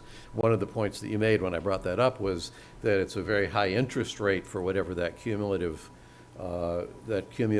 total is over time. And so one of the questions I'll have when you do that analysis is I'm not sure what we do charge for that program. It's Just never looked statutory, at. it's 14%, I think. 14%? Is that high? I Okay. don't know off the top of my head. I don't want to. That was a Well, legitimate point. 14% is if you don't pay your taxes, you pay 14%. Right. But there may be a special rate for the senior or the deferral. I don't know. Yeah, I think it's Yvonne, I guess. If for a number of years you don't pay your taxes, obviously the total taxes you haven't paid goes up, and that becomes a lien against the value of your property. But as you're accruing that over time, presumably the town has some sort of an interest rate that it charges on that total lien. And that's the question, is what is it? That is 14 would be a very high interest rate, I agree with you. If it's something less than that, it might be a more attractive option for some seniors. Then I think in our conversation, I commented the point that I'm not really on board with the idea of capping seniors who've been here long enough at a certain rate and their taxes don't go up. I think there's some real issues around policing of that in terms of who qualifies, what does it take, and then if grandparents allow their children to move into the house they own so their kids can go to school, how does that work against those guys? Just a murky, sort of murky mess. But you brought up, in the course of that discussion, your point that said, listen, it's okay if the taxes go up 2.5%. It's that when the town has radical changes in the taxes and you're looking, whether it would be for a significant override, in this particular case, we passed an override that more or less doubled the normal $400 or so that Prop 2.5 would have added to the average house. Instead, we added $800 with that override. So that's the issue there. If we have, I'm assuming if we have a debt override, like for a school, all of a sudden taxes that haven't gone up all that much because we've been retiring debt for years, they're suddenly going to jump because the debt service is going to suddenly be there. And if we could find some provisions that would blunt the impact of short-term changes in taxes, make that a reasonable, predictable, and stable number. So it's not a question of nothing ever goes up, but it's a question that we have some qualification where seniors, if they are of a certain age perhaps and have been here long enough, would qualify for that tax stabilization. Mm-hmm. I think that's an intriguing idea I had never considered before until we talked. And so I saw that as a possible avenue for further investigation to see if it could work. I leave anything out important? Yeah, that was basically what we talked about. Yeah. But what I found out with Pete and talking to the people of Sudbury has a program, and there are other towns that have programs where they have tax exemptions. Okay, you have to qualify for the tax exemption, and you have to do that. Every year. There, Financially qualifying. The drawbacks to that. Okay, so but I think there's some things that we can do. We can be very creative about that, and especially for long-term residents. Myself here, I've been here over 40 years. Okay, all right. I'm getting to the point where now I'm being taxed out of my house. Okay, all right. I want to live here. Okay. I don't have any burden on the town, so to speak, but yet I'm being taxed out of the town, okay? Which I don't think is ethically. I don't think that's correct, okay? I think something should be done, and it's more than the work program, okay? I don't mind doing the work program, but from what I hear about the work program is that there's more applicants than there are jobs. So I said No. that's not the case. Yeah. It's not been the case in the last 3 years. no. The last two, because I was talking to Marion about that. So the last 2 years there isn't a lottery? We do a lottery, but we have, no, I Okay. don't think so. Okay. So- I'll check with Yvonne, but I So think there's a we've had- lottery, so you don't automatically qualify for it. You don't go say, I want to work, and you have a job. I think the last 2 years, they haven't had a lottery Oh. because we've had so many people. We haven't had, we have more spaces than we've had people. Oh, But we can talk about that. But I think, I thought Yvonne talked to you about that when she met with you, but let me follow up with her. all right. Yeah. Well, Yeah. that's what, so there's a lot, I think there are a lot of novel ideas you can have if you just put your head together and think about it, okay? And I don't think that I'm alone, okay? I know there are 3 or 4 people on my street that are in the same situation, okay? Yeah, to that point, first off, I said I don't rule out any option. I'm not categorically against senior tax relief. I am not on board with the idea of certain groups of people are exempt from taxes, or exempt from tax increases. The people who want schools passed would like to see seniors have their taxes frozen, so seniors really wouldn't care what a school costs because it doesn't affect them. I think that's a path to, that particular extreme solution is a path to destroying this town, because what you'll have is somebody winds up having to pick up that burden, and the only people that can afford it are the really affluent people, then you're boxing out earning young families that want to move in. You're making it easier for seniors to stay, which is actually locking up real estate that maybe is bigger than what they need. I qualify. My kids are gone. I have a 4-bedroom colonial. I don't want to leave Medfield. I'm guessing the governor would like me to, because then we would be able to put in another family and have more kids going to the school. But right now, I don't plan to do that, at least as long as I can make it up the stairs to the bedrooms. It's like, we love this town, and I'm not going anywhere. So some of the more extreme forms of that relief, I think, are actually destructive to the town. Less extreme forms of it, I'm open to any of those ideas that would help seniors out. Speaking as a senior. Eileen? Well, you know what makes me happy about this conversation? The vibe I'm hearing is you heard very similar. Like, nobody said, no, sorry, we're not going to look into this. Like, they were all thinking, what can be done? Can we think creatively? I mean, I know there's laws and limitations, so we have to adhere to that. But I love what I've heard from you already, Gus. And I know, Pete, you've had your conversation with Lester, and you spoke with him before I did. So he shared that you're interested in trying to figure out what we can do. So what I will put out there is there value, because this isn't something the three of us are going to be able to do research on. I know right now Christine and Brittany have a ton on their plate, but is there value in potentially putting together a committee of people that residents that may want to look into it, and they can come back and say, this is what we found out, these are what other programs are, maybe in Wisconsin, in Ohio, whatever. Are there things that we could be doing here that just haven't been done because people aren't aware of it? So there are programs in Massachusetts. Sudbury's done it. I think Wayland's done it as well. What have they done? Because I asked Lester that. Well, so I made inquiries back in 2014 about it, and I've got Special legislation. You need a special act of the legislature. No, those Governor are- Healy was proposing in her municipal modernization that it would be an opt-in system, but the legislature didn't pass that. So that once you get the special act of the state legislature, then what Sudbury does is that they do burden shifting tax basically for seniors. I think the seniors have to financially qualify, and probably on assets and income. And then other people in Sudbury then are basically paying the tax that those people don't pay. Well, And so that the numbers here in 2014 in Sudbury were 118 participating seniors ranged, and the average tax bill was $6,000 at that point. Pre-COVID. The good old days.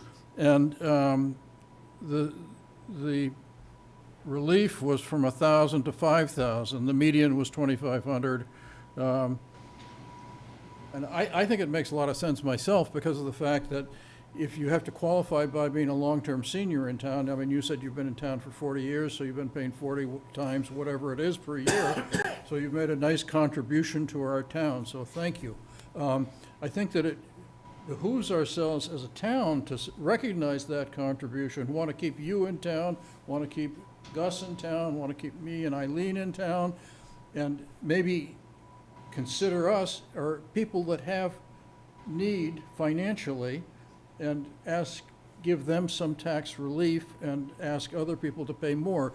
If, as Gus said, if he moves out, a family with children is going to move in. Municipal costs will go up. I think financially, as a town, it behooves us to do this, to encourage our seniors because we like them, and because we know that when they move out, we're going to get more municipal costs and it's going to be more expensive for the town. So there's a real financial incentive for us, as well as doing the right thing by the seniors who have a financial need. But you know what's interesting about that, though, is so I think that the population in this town has gone up. But if you look at, I just sat at the senior graduation on Sunday, and there's 170 seniors. I don't think I've sat in a class with 170 in quite some time. So that's the interesting dynamic that I think I'm seeing in this town is we're becoming an older generation in this town. The school systems they don't have the numbers they had. So that's the interesting dilemma of if more than 50% of the homes don't have kids, what are we potentially going to do?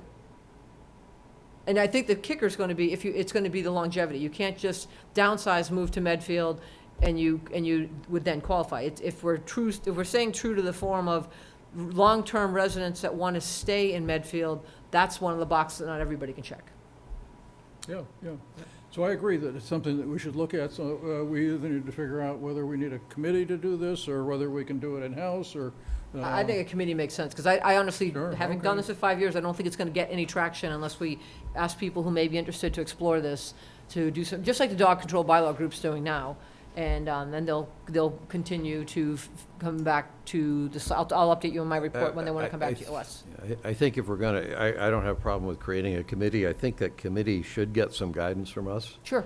You know, if you form, just for argument's sake, if you form a committee of seniors, there'll be several options that would be great for seniors, but whether they would actually be financially responsible, it partly has to do with numbers. You know, if out of, 13,000, 14,000 people, we're talking about 120 seniors, and we're talking about what you were just describing, which is $1,000 to $2,500, impact. Okay, that's not a big deal if that's the problem But that that's we a have. 2014 number, Gus. Think Well, about that, pre-COVID, whatever. So I bet you that double it. today is triple that. Yeah, if not. if the number is, the number of seniors we're talking about helping is that number out of, 14,000 person town, if that's the problem we're solving, that's one thing. If we're solving a problem of seniors where more than 50% of the homes don't have kids, and perhaps is an ever-growing senior, and there's a greater number of people that are involved, then suddenly you're making some serious shifts of the tax burden, and the people that you're putting on their shoulders, they will be affluent, and the economics always make sense for somebody here in town who has one kid in school. If the average tax on a house, but no, if you even have just one, and it costs an average of $18,000 to educate them, and you're paying an average of $12,000 if you have an average, the average house, whatever, or plus or minus, yeah. And if you have two, yes, absolutely. And so the economics, when you have a kid in school, taxes don't really matter if you're getting that kind of an education. However, as soon as you're not there, it doesn't make sense to stick around. I had a neighbor who sold their house a year before their last child graduated from high school, and within 2 weeks of graduation of that child, they were gone back down to Texas. So people who have that kind of money understand where it's a good place to take advantage, and they know exactly when it's time to bail out. And that's, if you go too far, you wind up with that dynamic, and then everybody's looking around and say, where did all the people that were supposed to be just contributing taxes, despite not having kids, where'd they go? They didn't hang around here, because you already put all that burden on them. They're not gonna play that game. I'm very concerned. I'm not saying they can't do anything, I'm just saying I'm very concerned. It's easy to talk your way into that situation, and you're not gonna like the town you got. Yep. If you do it. Okay, so we'll put out a call for people that are interested in serving on a committee, and we'll constitute a committee down the road and get going on this then. And we probably should have some discussions around what guidelines or objectives that committee should have. Yeah, I think you need to develop a charter Yeah. for that committee. Yeah. Oh, absolutely, yeah. Yep. Great. Okay, action items. I'll volunteer for that committee. I was hoping you would. Okay. I also did confirm that we may have one tax work-off spot available because somebody couldn't. We have one tax work-off spot available right now. Sarah Hannafin at the Council on Aging said if you want to stop by tomorrow, she can talk to you about it. Good. But she had a person who had to drop out, so Oh, good. we do have a spot left. There was one more, can I just, before we get off, I talked, one other point I made around the tax work-off. This is not, let's get some work out of seniors and we'll pay them something. When you're a senior, it's easy to get sidelined. Yeah. You know, you're not involved in stuff, it's easy for you just to get back. This is talking about things that the town can offer to seniors that has value to the town, but also gives seniors to be doing something that's valuable. So, and it gets them out and do it. So there's more than just the Oh, economics. it works on all sides. Yeah. So definitely see my that. brother-in-law was an assessor, and he said that the senior tax work-off people that they had were just invaluable, and they trained them, and so that they asked to get the same ones back year after year. And when you had Joanne La Francesca, she's just I think so we have talented. we have 5 or 6 senior tax work-off at the town hall this year. Yeah, I think it's great.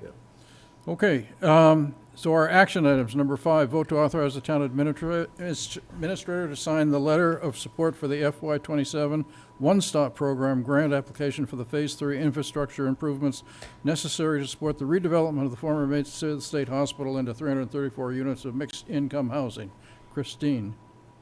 This is our annual MassWorks grant application, and I provide a letter of support, Easy. as do some other groups as well.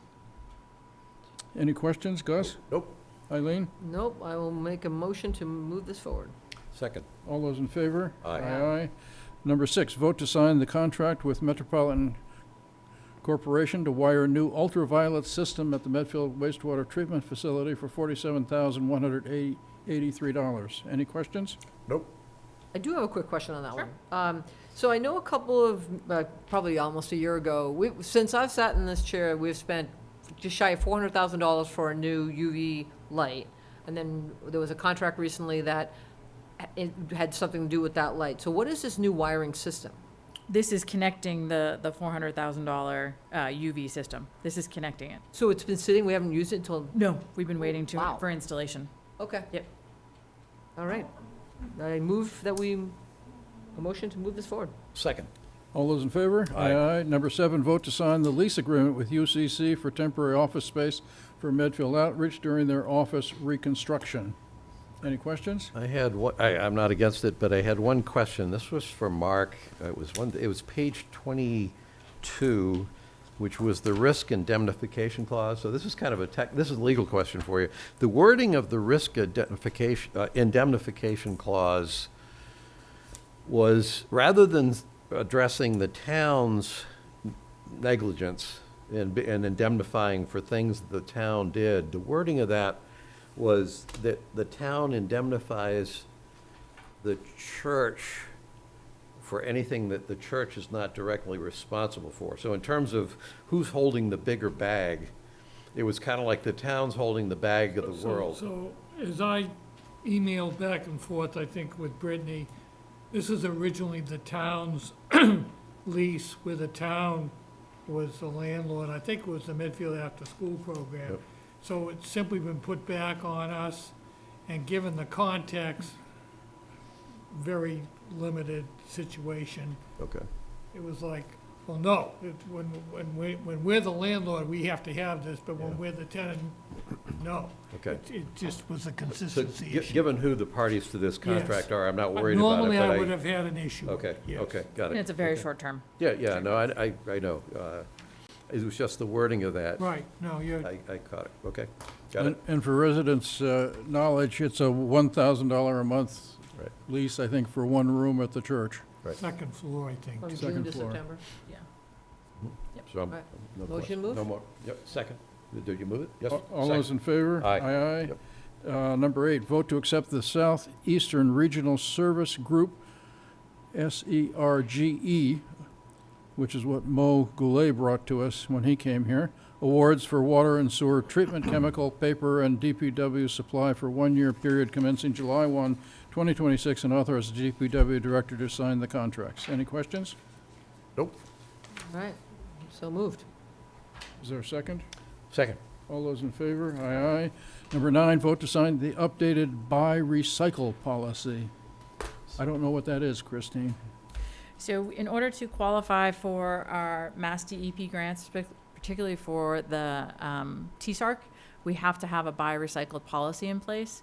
And this year, they're requiring it to be a more formal policy. In the past, it's been a memo from me to the department heads asking to, suggesting, recommending, asking them to buy recycled. This is a policy that puts a little more teeth into it. However, we do have language in there that says, if possible, if necessary. For example, I can fess up that the annual town report, because we had to get rust, is not recycled. But I know you all kept them, so I'm okay with that. We will recycle them eventually. Yes. They will get recycled, but they were not done on recycled paper because of the cost and the time frame. So in that case, we're okay because it was not possible. So I'm comfortable with I was fascinated in reviewing the numbers in the prior item that we just voted. that the recycled paper actually was more expensive than the new Yes. paper, which Yes, struck me it as is. interesting. Yep. Makes sense. Any further questions? Yeah, I have a number of questions. I think you answered one. I asked who initiated the policy, but I think you explained that. Who drafted this policy? This is based on our old buy recycled policy. Okay. I think I originally did that probably back in the early 2000s, so it probably came from model from DEP. Okay. And then okay. Cameron wordsmithed it to meet the new requirements. So some of these are going to be editorial comments. In the purpose, the part that I reacted to is when it talks about creating markets for materials collected in recycling programs and serving as a model for public and private institutions. When I see those kinds of words in a government policy, I read, this is a government that seems to want to try to manipulate markets, or somebody has a political issue and they're trying to enlist government to promote those political issues. I'll just make that as an editorial comment because it's actually pushing government to not do things that are cost effective, but rather to do things that promote a policy, which is why I asked who initiated the policy and who wrote it. So leave that, that's enough. In the next one, the policy statement talks about meet quality requirements and are available at a reasonable price and on reasonable terms. And my question was, how do we define reasonable?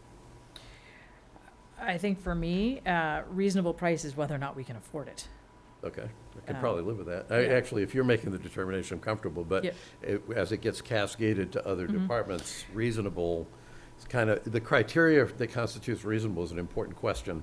It is an important Um, question. We yeah. also have consolidated paper purchasing. Yep, yeah. So we do it all together, so they can only buy it through basically our administrative contract. Okay.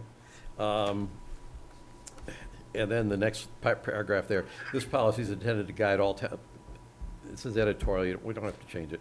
This policy is intended to guide all town departments in making purchasing decisions that support sustainability, waste reduction, and responsible resource management. And then I would have added, while ensuring that these decisions are fiscally prudent. Now, Yeah. if reasonable means fiscally prudent, then it's not an issue. So let's let that go. And then, so then when we get down under standards and practices, first bullet, it says in the second half, and shall consider opportunities for reuse or donation of goods and equipment prior to purchasing new items or disposing of existing items whenever feasible. And I just said, I couldn't tell whether we're committing to how we dispose of things or how we acquire and procure things. Is it, do we have to dispose of things? The way we've always interpreted this is purchasing. Can we get it from a different department? So a lot of times if we are going to have, for example, outreach right now, Yep. in their move, Yep. they're going to need some new equipment. They've been asking other departments if they have surplus Okay. filing Okay. cabinets, that So kind I of got, thing. okay. Yep. That sounds like a good thing. And I did even went down on the Commonwealth's Operational Services Division to see what they had, and it looked okay to me. I like the 30% recycled, meeting state minimum standards on the second page. Town departments shall ensure that all contracts for printing require the inclusion of an imprint identifying the recycled content of the paper whenever practicable, along with the recycling symbol. And I said, why does this, why do we need an imprint? What is it? I don't know what the imprint did, and I wanted to know whether it adds to the cost of the paper. We don't do a lot of printing other than the annual town report, at least in my I would say mostly on the town side. I don't know if it adds to the cost of it, Okay. but it's to send a message that we are following our own policy. Yeah, Okay. but we have not done that. All right. Next one down, bullet, for the purposes of measuring the progress of the program and success in meeting the recycling goals of the Commonwealth, each department shall report purchases of recycled products to the town administrator on July 30th for the previous fiscal year. And my question is, why do we need this in this policy? Are we doing it? If we're doing it, we're doing it because we want to do it.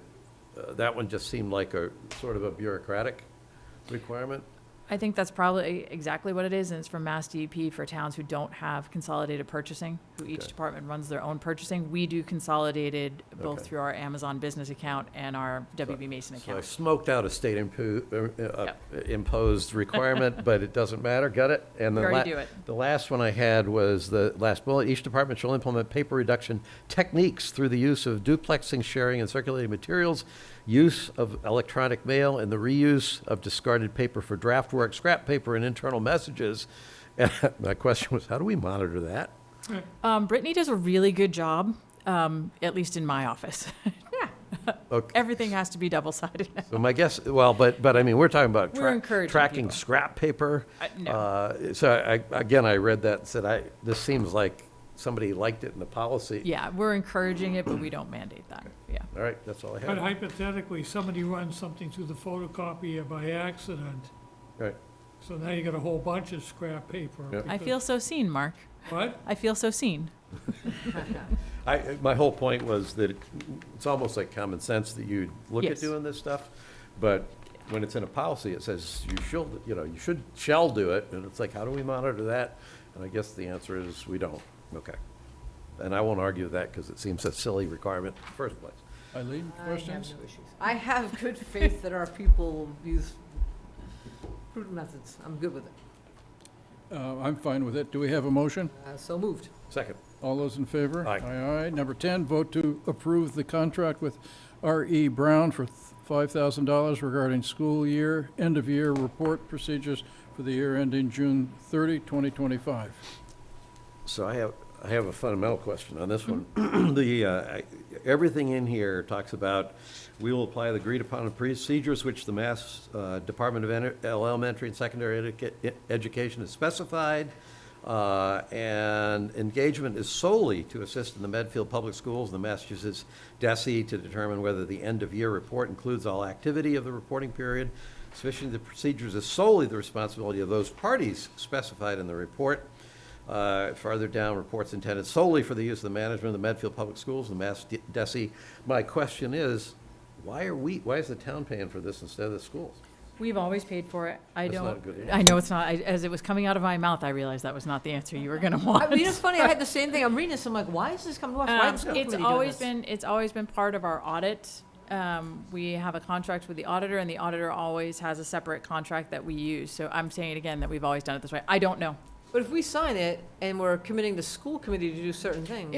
Andrew also assists. It's really in Andrew's office that does Okay. the reporting. He manages the accounting system, so it assists Andrew in helping We do this. we support it because we have the financial data, but Yeah. all the standards, everything that's done is through schools. Yeah. So it's, as I recall, it wasn't a super expensive $5,000. requirement, but in light of our last cycle around budgeting for this upcoming fiscal year. We'll take one for the team. I am interested in a very clear and clean scorecard. Right. If we're going to, especially if we're going to use differential growth rates. You asked my question. Early shot across the bow for our next fiscal year Understood. discussion. Okay. Understood. Do we have a motion then? So moved. Second. All those in favor? Aye. Aye, aye. Consent agenda, number 11, one-day malt wine request for a Zulu Gallery event on Saturday, June 6th, from 5:30 PM to 11:30 PM. Number 12, one-day malt wine request from the trustees of the reservations in Rocky Woods for a gathering on June 13 from 10 AM to 4 PM. Number 13, request to use the town-owned portion of Meeting House Pond for Belforge's 375th anniversary celebration setup. Can I ask a quick question on that one? Yes. So, do we know what we're doing, and this is not a knock, Jane, but if it's the town-owned portion of the Medfield, of the Meeting House Pond, do we know if 375 has any need? No, this is through the that. parade committee is working with Jean on. Okay, so doing I just didn't want to approve this, and No, then no, in no, 2 no. weeks, somebody come in and be like, well, we can't because it's already been spoken for, and. Nope, they're working together on All right, this. if you're good, then I'm good. Any questions, Gus? Nope. All right, so. Motion, please. So moved. Second. All those in favor? Aye. Aye, aye. No gift, citizens' comment. We have citizen comment requested. Ms. Chris Potts, McHugh.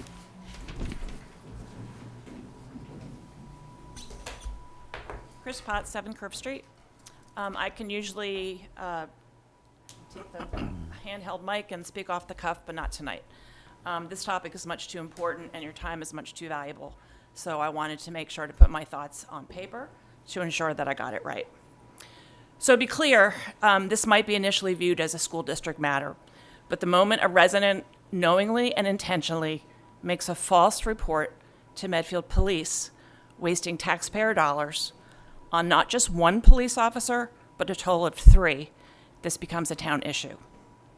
As I believe you're aware, last Wednesday, May 27th, I attended a superintendent parent advisory meeting at Blake Middle School. I pushed the intercom button at the locked door, told the school receptionist exactly why I was there, was led into the building, no questions asked. I then walked straight to the school library. Upon entering the library, Superintendent Jeff Marsden saw me. He did not say a word. I sat down at a table, quietly listened as the meeting began. When the superintendent asked the handful of attendees to introduce themselves, he invited me to do the same. All was calm, uneventful, until about 20 minutes into the meeting when Michelle Kirkby arrived. Despite the fact that she is a school committee chair, in this capacity at the Blake meeting, she was there like any other parent with no authority over the superintendent, the principal, or the space. Yet she pulled the chair up next to me, leaned in, quietly told me it was inappropriate for me to be at the meeting. I quietly told her that the superintendent was perfectly fine with me being there, at which point I continued to listen and just take notes. With this, she got visibly agitated and left the room. Within a matter of about 10 minutes, I noticed a police officer had entered the room and was standing about 10 feet behind me. He stood in the back, observed the meeting, and then left. Michelle Kirkby then got up from her seat again and walked out. Around this time, Principal Nat Vaughn also walked in to observe the meeting, and he said nothing. At this point, about 45 minutes into the meeting, Superintendent Marsden wrapped up, and I got up to leave. The meeting was over. After a quick hello to Nat Vaughn and receiving a passive-aggressive, "Enjoy your day, Chris," from Michelle Kirkby, I walked into the lobby and saw two police officers standing there. Not a word was said to me, even after I greeted them. I walked to my car, used my phone outside for about 10 minutes to take a photo and text a friend, and while doing so, I saw Deputy Chief Barry McGrath enter the school. During the entire time I was in Blake Middle School for a district-wide meeting, not one person told me to leave. Not one. I do not fault Medfield Police in any of this. They were just doing their job. When I listened to the recordings of the police from the police scanner, I was able to confirm, one, Michelle Kirkby was the one who called police on the non-emergency line, and there was a reference to a school committee affiliation. She told police someone who was not supposed to be in the school was there, was asked to leave, but refused to do so, which is absolutely false. What happened to me is egregious and unacceptable, and as I noted, it appears to be an illegal act that wasted police officers' time and taxpayers' dollars. I want you to know I'm not upset or angry about this, but I know that a lot of people are. I just don't want to see something like this happen to anyone else. And so I am publicizing it, and now I'm speaking up here before you tonight. Because if somebody does not bring this to light, it helps no one. For years, I've been involved in the effort to call attention to workplace bullying and the harmful effects it has on good and decent people who are more often than not working in caring professions. In fact, national statistics show that education is the industry where workplace bullying is the second most prevalent. Consultant Matt Spencer spent more than 30 years in education as a former superintendent, principal, and assistant principal. He is associated with the Workplace Bullying Institute and wrote the book Exploiting Children, School Board Members Who Cross the Line.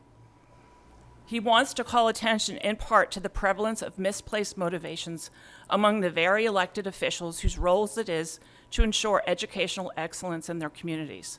I've had multiple conversations with him over the years. In his book, he writes that while there are selfless public servants on school boards focused on working with fellow board members and citizens at large, quote, unfortunately, there are individuals whose motivation for seeking election to the local school board is to fulfill a personal need or desire. They have a personal agenda to accomplish what is best for themselves or their children or a subgroup of the community. He explains that this school board member agenda is their way to achieve power, control, build self-esteem, or social stature for themselves or their friends, and they feel justified in doing what they do, even if it involves bullying others and abuse of power, among other behaviors. And I say to you, as a select board, each one of you is a private citizen in your own right, with a voice that needs to be heard if you do not agree with this behavior. And the community really needs to hear that now. I do not expect you to take action as a public body, but I sure do want you to speak up as individuals and say on your own that what happened to me last week and to Dick Judge back in March is unacceptable. The community needs to hear that from each one of you, because as the saying goes, silence is acceptance. Thanks. Thank you very much for coming and for presenting that. As you're probably aware, we're not allowed to discuss it because it's not on our agenda, so I thank you. Meeting minutes. We have two that are ready for approval. Have you guys both had a chance to review them? Yeah, I'm good. I missed April 21st, so I'll abstain on that one. Yeah, so I sent my approvals into Cameron. It was just a minor edit. I think they had like a couple of spellings wrong, but nothing crazy. So do we have a motion then to approve the May 19 one? So moved. Second. All those in favor? Aye, aye. Aye. Yep. Chris, Town Administrator updates? To the main, just to clarify, you were commenting on minor changes to April 21st. Yes, there was a So yeah, like Nick you Scuff. two need to vote on April 21st. I had some minor edits on May 19th. We don't need to go into them, so we've approved May 19th. Yeah. I did have some minor edits on May 19th. Okay, so I'll make a motion to then approve April 21st. Okay, I'll second that. All in favor? Aye, aye. Aye, aye. Abstained. Chris, Town Administrator update. Just a reminder, we have the special election on Monday, June 8th, from 6 a.m. to 8 p.m. I'll be there holding office hours as I normally do during the election, so I encourage anybody to stop by and have a discussion. And then this morning, I had the opportunity to speak at the third grade community panel.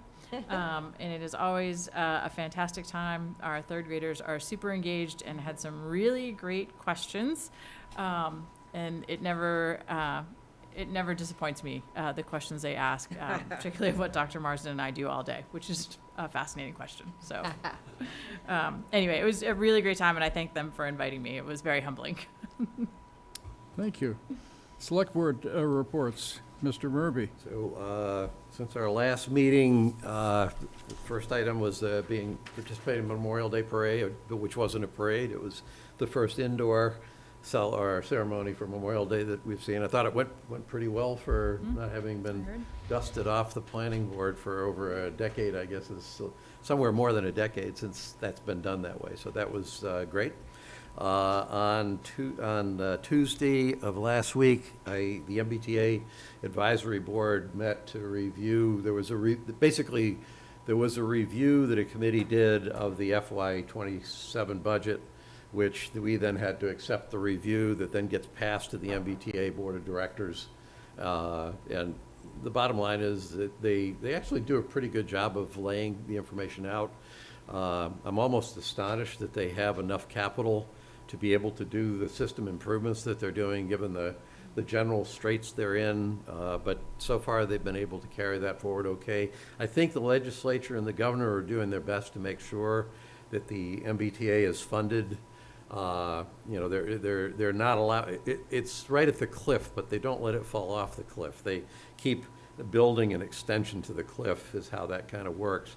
I did ask one question for those who know or familiar with the millionaire's tax in Massachusetts. So far, the state has actually realized a windfall in the added taxes. Unlike New York or someplace like that where people have moved out of state, it doesn't appear that that's happening, at least yet, for Massachusetts. So there were something like $5 billion extra funds that came in a couple years ago. That still seems to be coming in. There's generally a targeted, that incremental funds is split between the state sending additional money for education, and the state sending a good chunk of that money for the MBTA. I thought that it was like a 60-40 split between MBTA and education, and I was aware that there's been an awful lot of discussions about increasing the funding that education gets. So when they presented the budget, the one question I had is, do you see a shift in the philosophy or the commitment at the legislative level to support the MBTA? And it was an interesting answer, because sometimes the split of that money shifts from year to year, but there are other accounts that the legislature has at its disposal. And so sometimes the MBTA will get a smaller percentage of the millionaire's tax, but they'll get an increased portion from one of these other funds.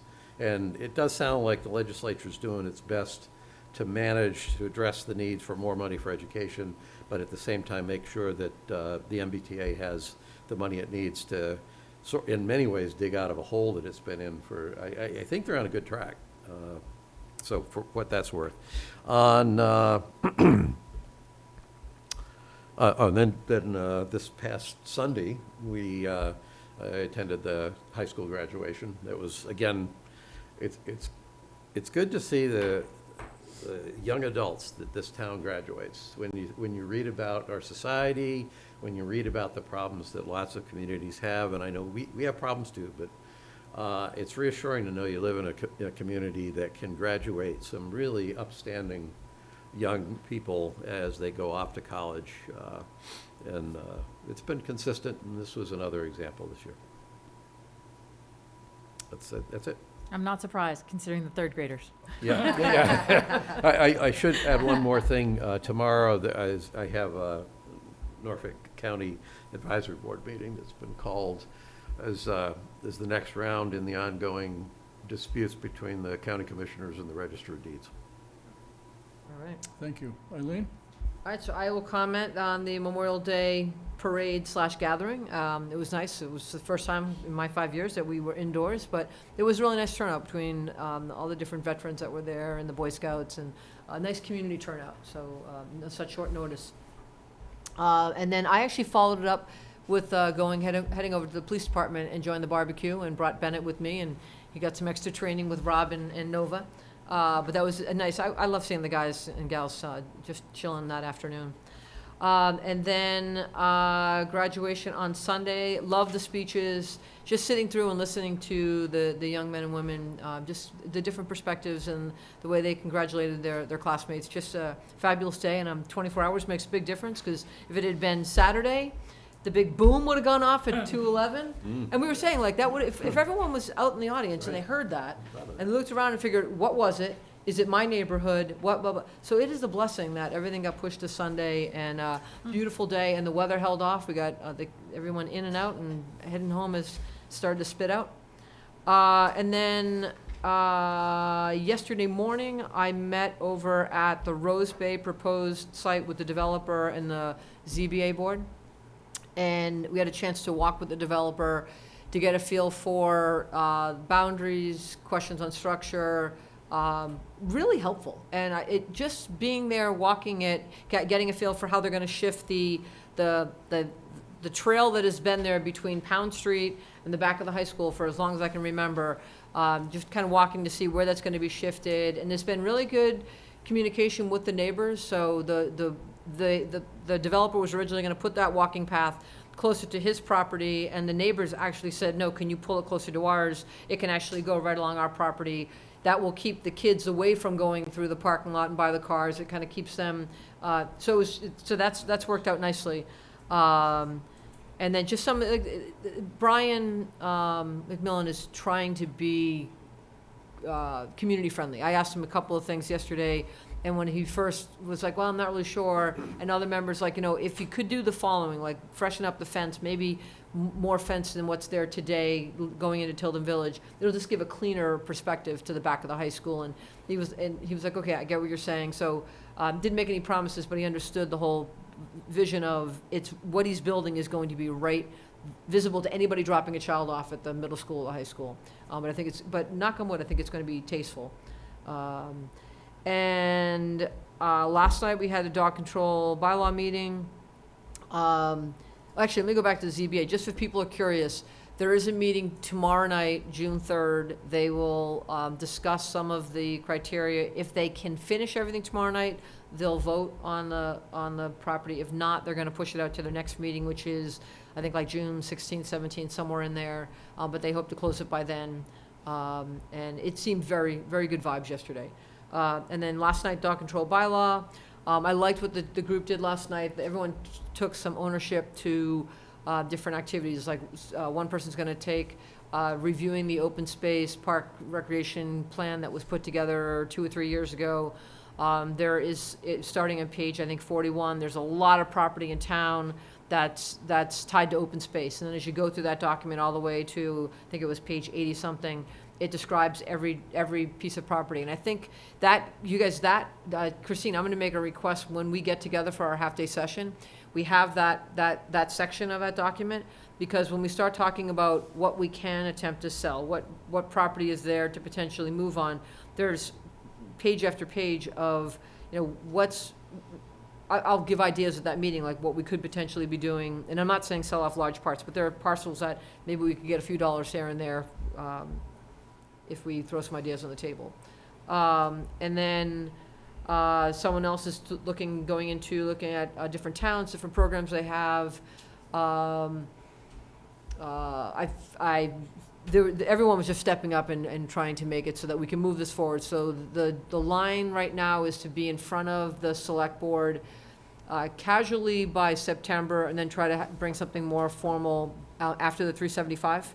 So that would give us the ability to try to look things over November, December, and knowing that if there's anything we wanted to explore or move on, there'd be something we could potentially present to the community in spring. And especially following up on the conversation we just had with the Hunt Club and the gentleman talking about all the dogs going in his backyard. There was a lot of talk about, right now, and I wanted to ask the gentleman, but I know we were getting along there. There has been a reduction in people up there compared to prior when the state hospital was open, and then we closed it. People found other places to go. So, we're trying to continue to look at, like, if we should put a medallion program, I'm not saying discouraging non-residents, but, if they're going to burden our town, then help them cover the costs. Get a feel for what would be the potential numbers, bring that back to us and see whatever programs they could put in place with the medallion program, potentially cover the cost, so it's not coming back to the taxpayers. So just To that point, a lot of discussions. The contract for the dog poop pickup service, that's now ended, or are we with it? No, we are paying it through June 30th. Through So June 30th, once we okay. reopen the The hospital. override's gonna have an impact whether we, That will have an impact moving forward, but once we reopen the state hospital, Mo instituted that. that back. was a question that was asked last night. So right now, we're doing 4 PM on weekdays, it's open till sunset, and then all day Saturday, Sunday. So are you saying that as we approach the end of June, the property will be open 7 days a week? No, Okay, so where are we going with that? no, we're keeping those hours because they're going to continue to park their construction vehicles while they're doing the off-site intersections there. So we're going to stay with after 4 PM. Okay. Yeah. And is there any light at the end of the horizon there for that to change to be full 7 days a week, or is that on hold? I think that's on hold until all the construction is completed, which we anticipate to be the end of the summer. Okay. Yeah. And so Trinity, you're good with having access to your front field? Yeah. Your areas, I saw the picture, the dirt's the shovels are on the ground. So you're all fenced off there, so no one should be going near there? Okay. Yep. Okay. Decant have access? Yep. You're gonna do mowing and everything. That's it. Have we mowed up there? They have mowed part of it, then the weather let us down, but we're having an issue with the construction. Once the construction fence comes down in the front, then we can mow the front field for Jean. Have they done the So, backfield yet? I don't know, I haven't been up there since we left So last we haven't week. paid any bills for May, No, now no, no. in June would be, okay. I meant to go up there today and I just got sidetracked. What's Yeah, that? They did part of it, but they are behind. Okay, and we have the policy in the contract that if Yep. they can't sign the full thing, they don't get partial payment. Either do it all or you don't get paid. Yep. Okay. I am done. All yours, Pete. Okay, thank you.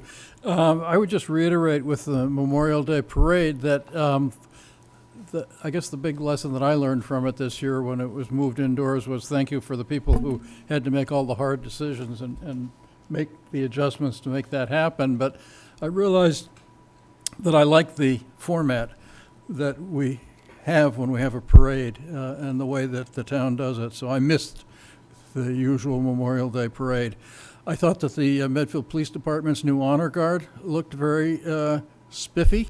I thought the speaker was charming. He spent a long time in Medfield, and he actually seemed very bright, and I liked his speech. In terms of general posts that I'm always posting stuff on my blog that I think people will be interested in, and I was fascinated recently because my blog gets spread out to different areas, one of which is called Next Door. It's an online neighborhood thing, and it includes people more than Medfield. People actually get angry at me because I don't put Medfield in the title so that they read it and think, oh, that wasn't about my town.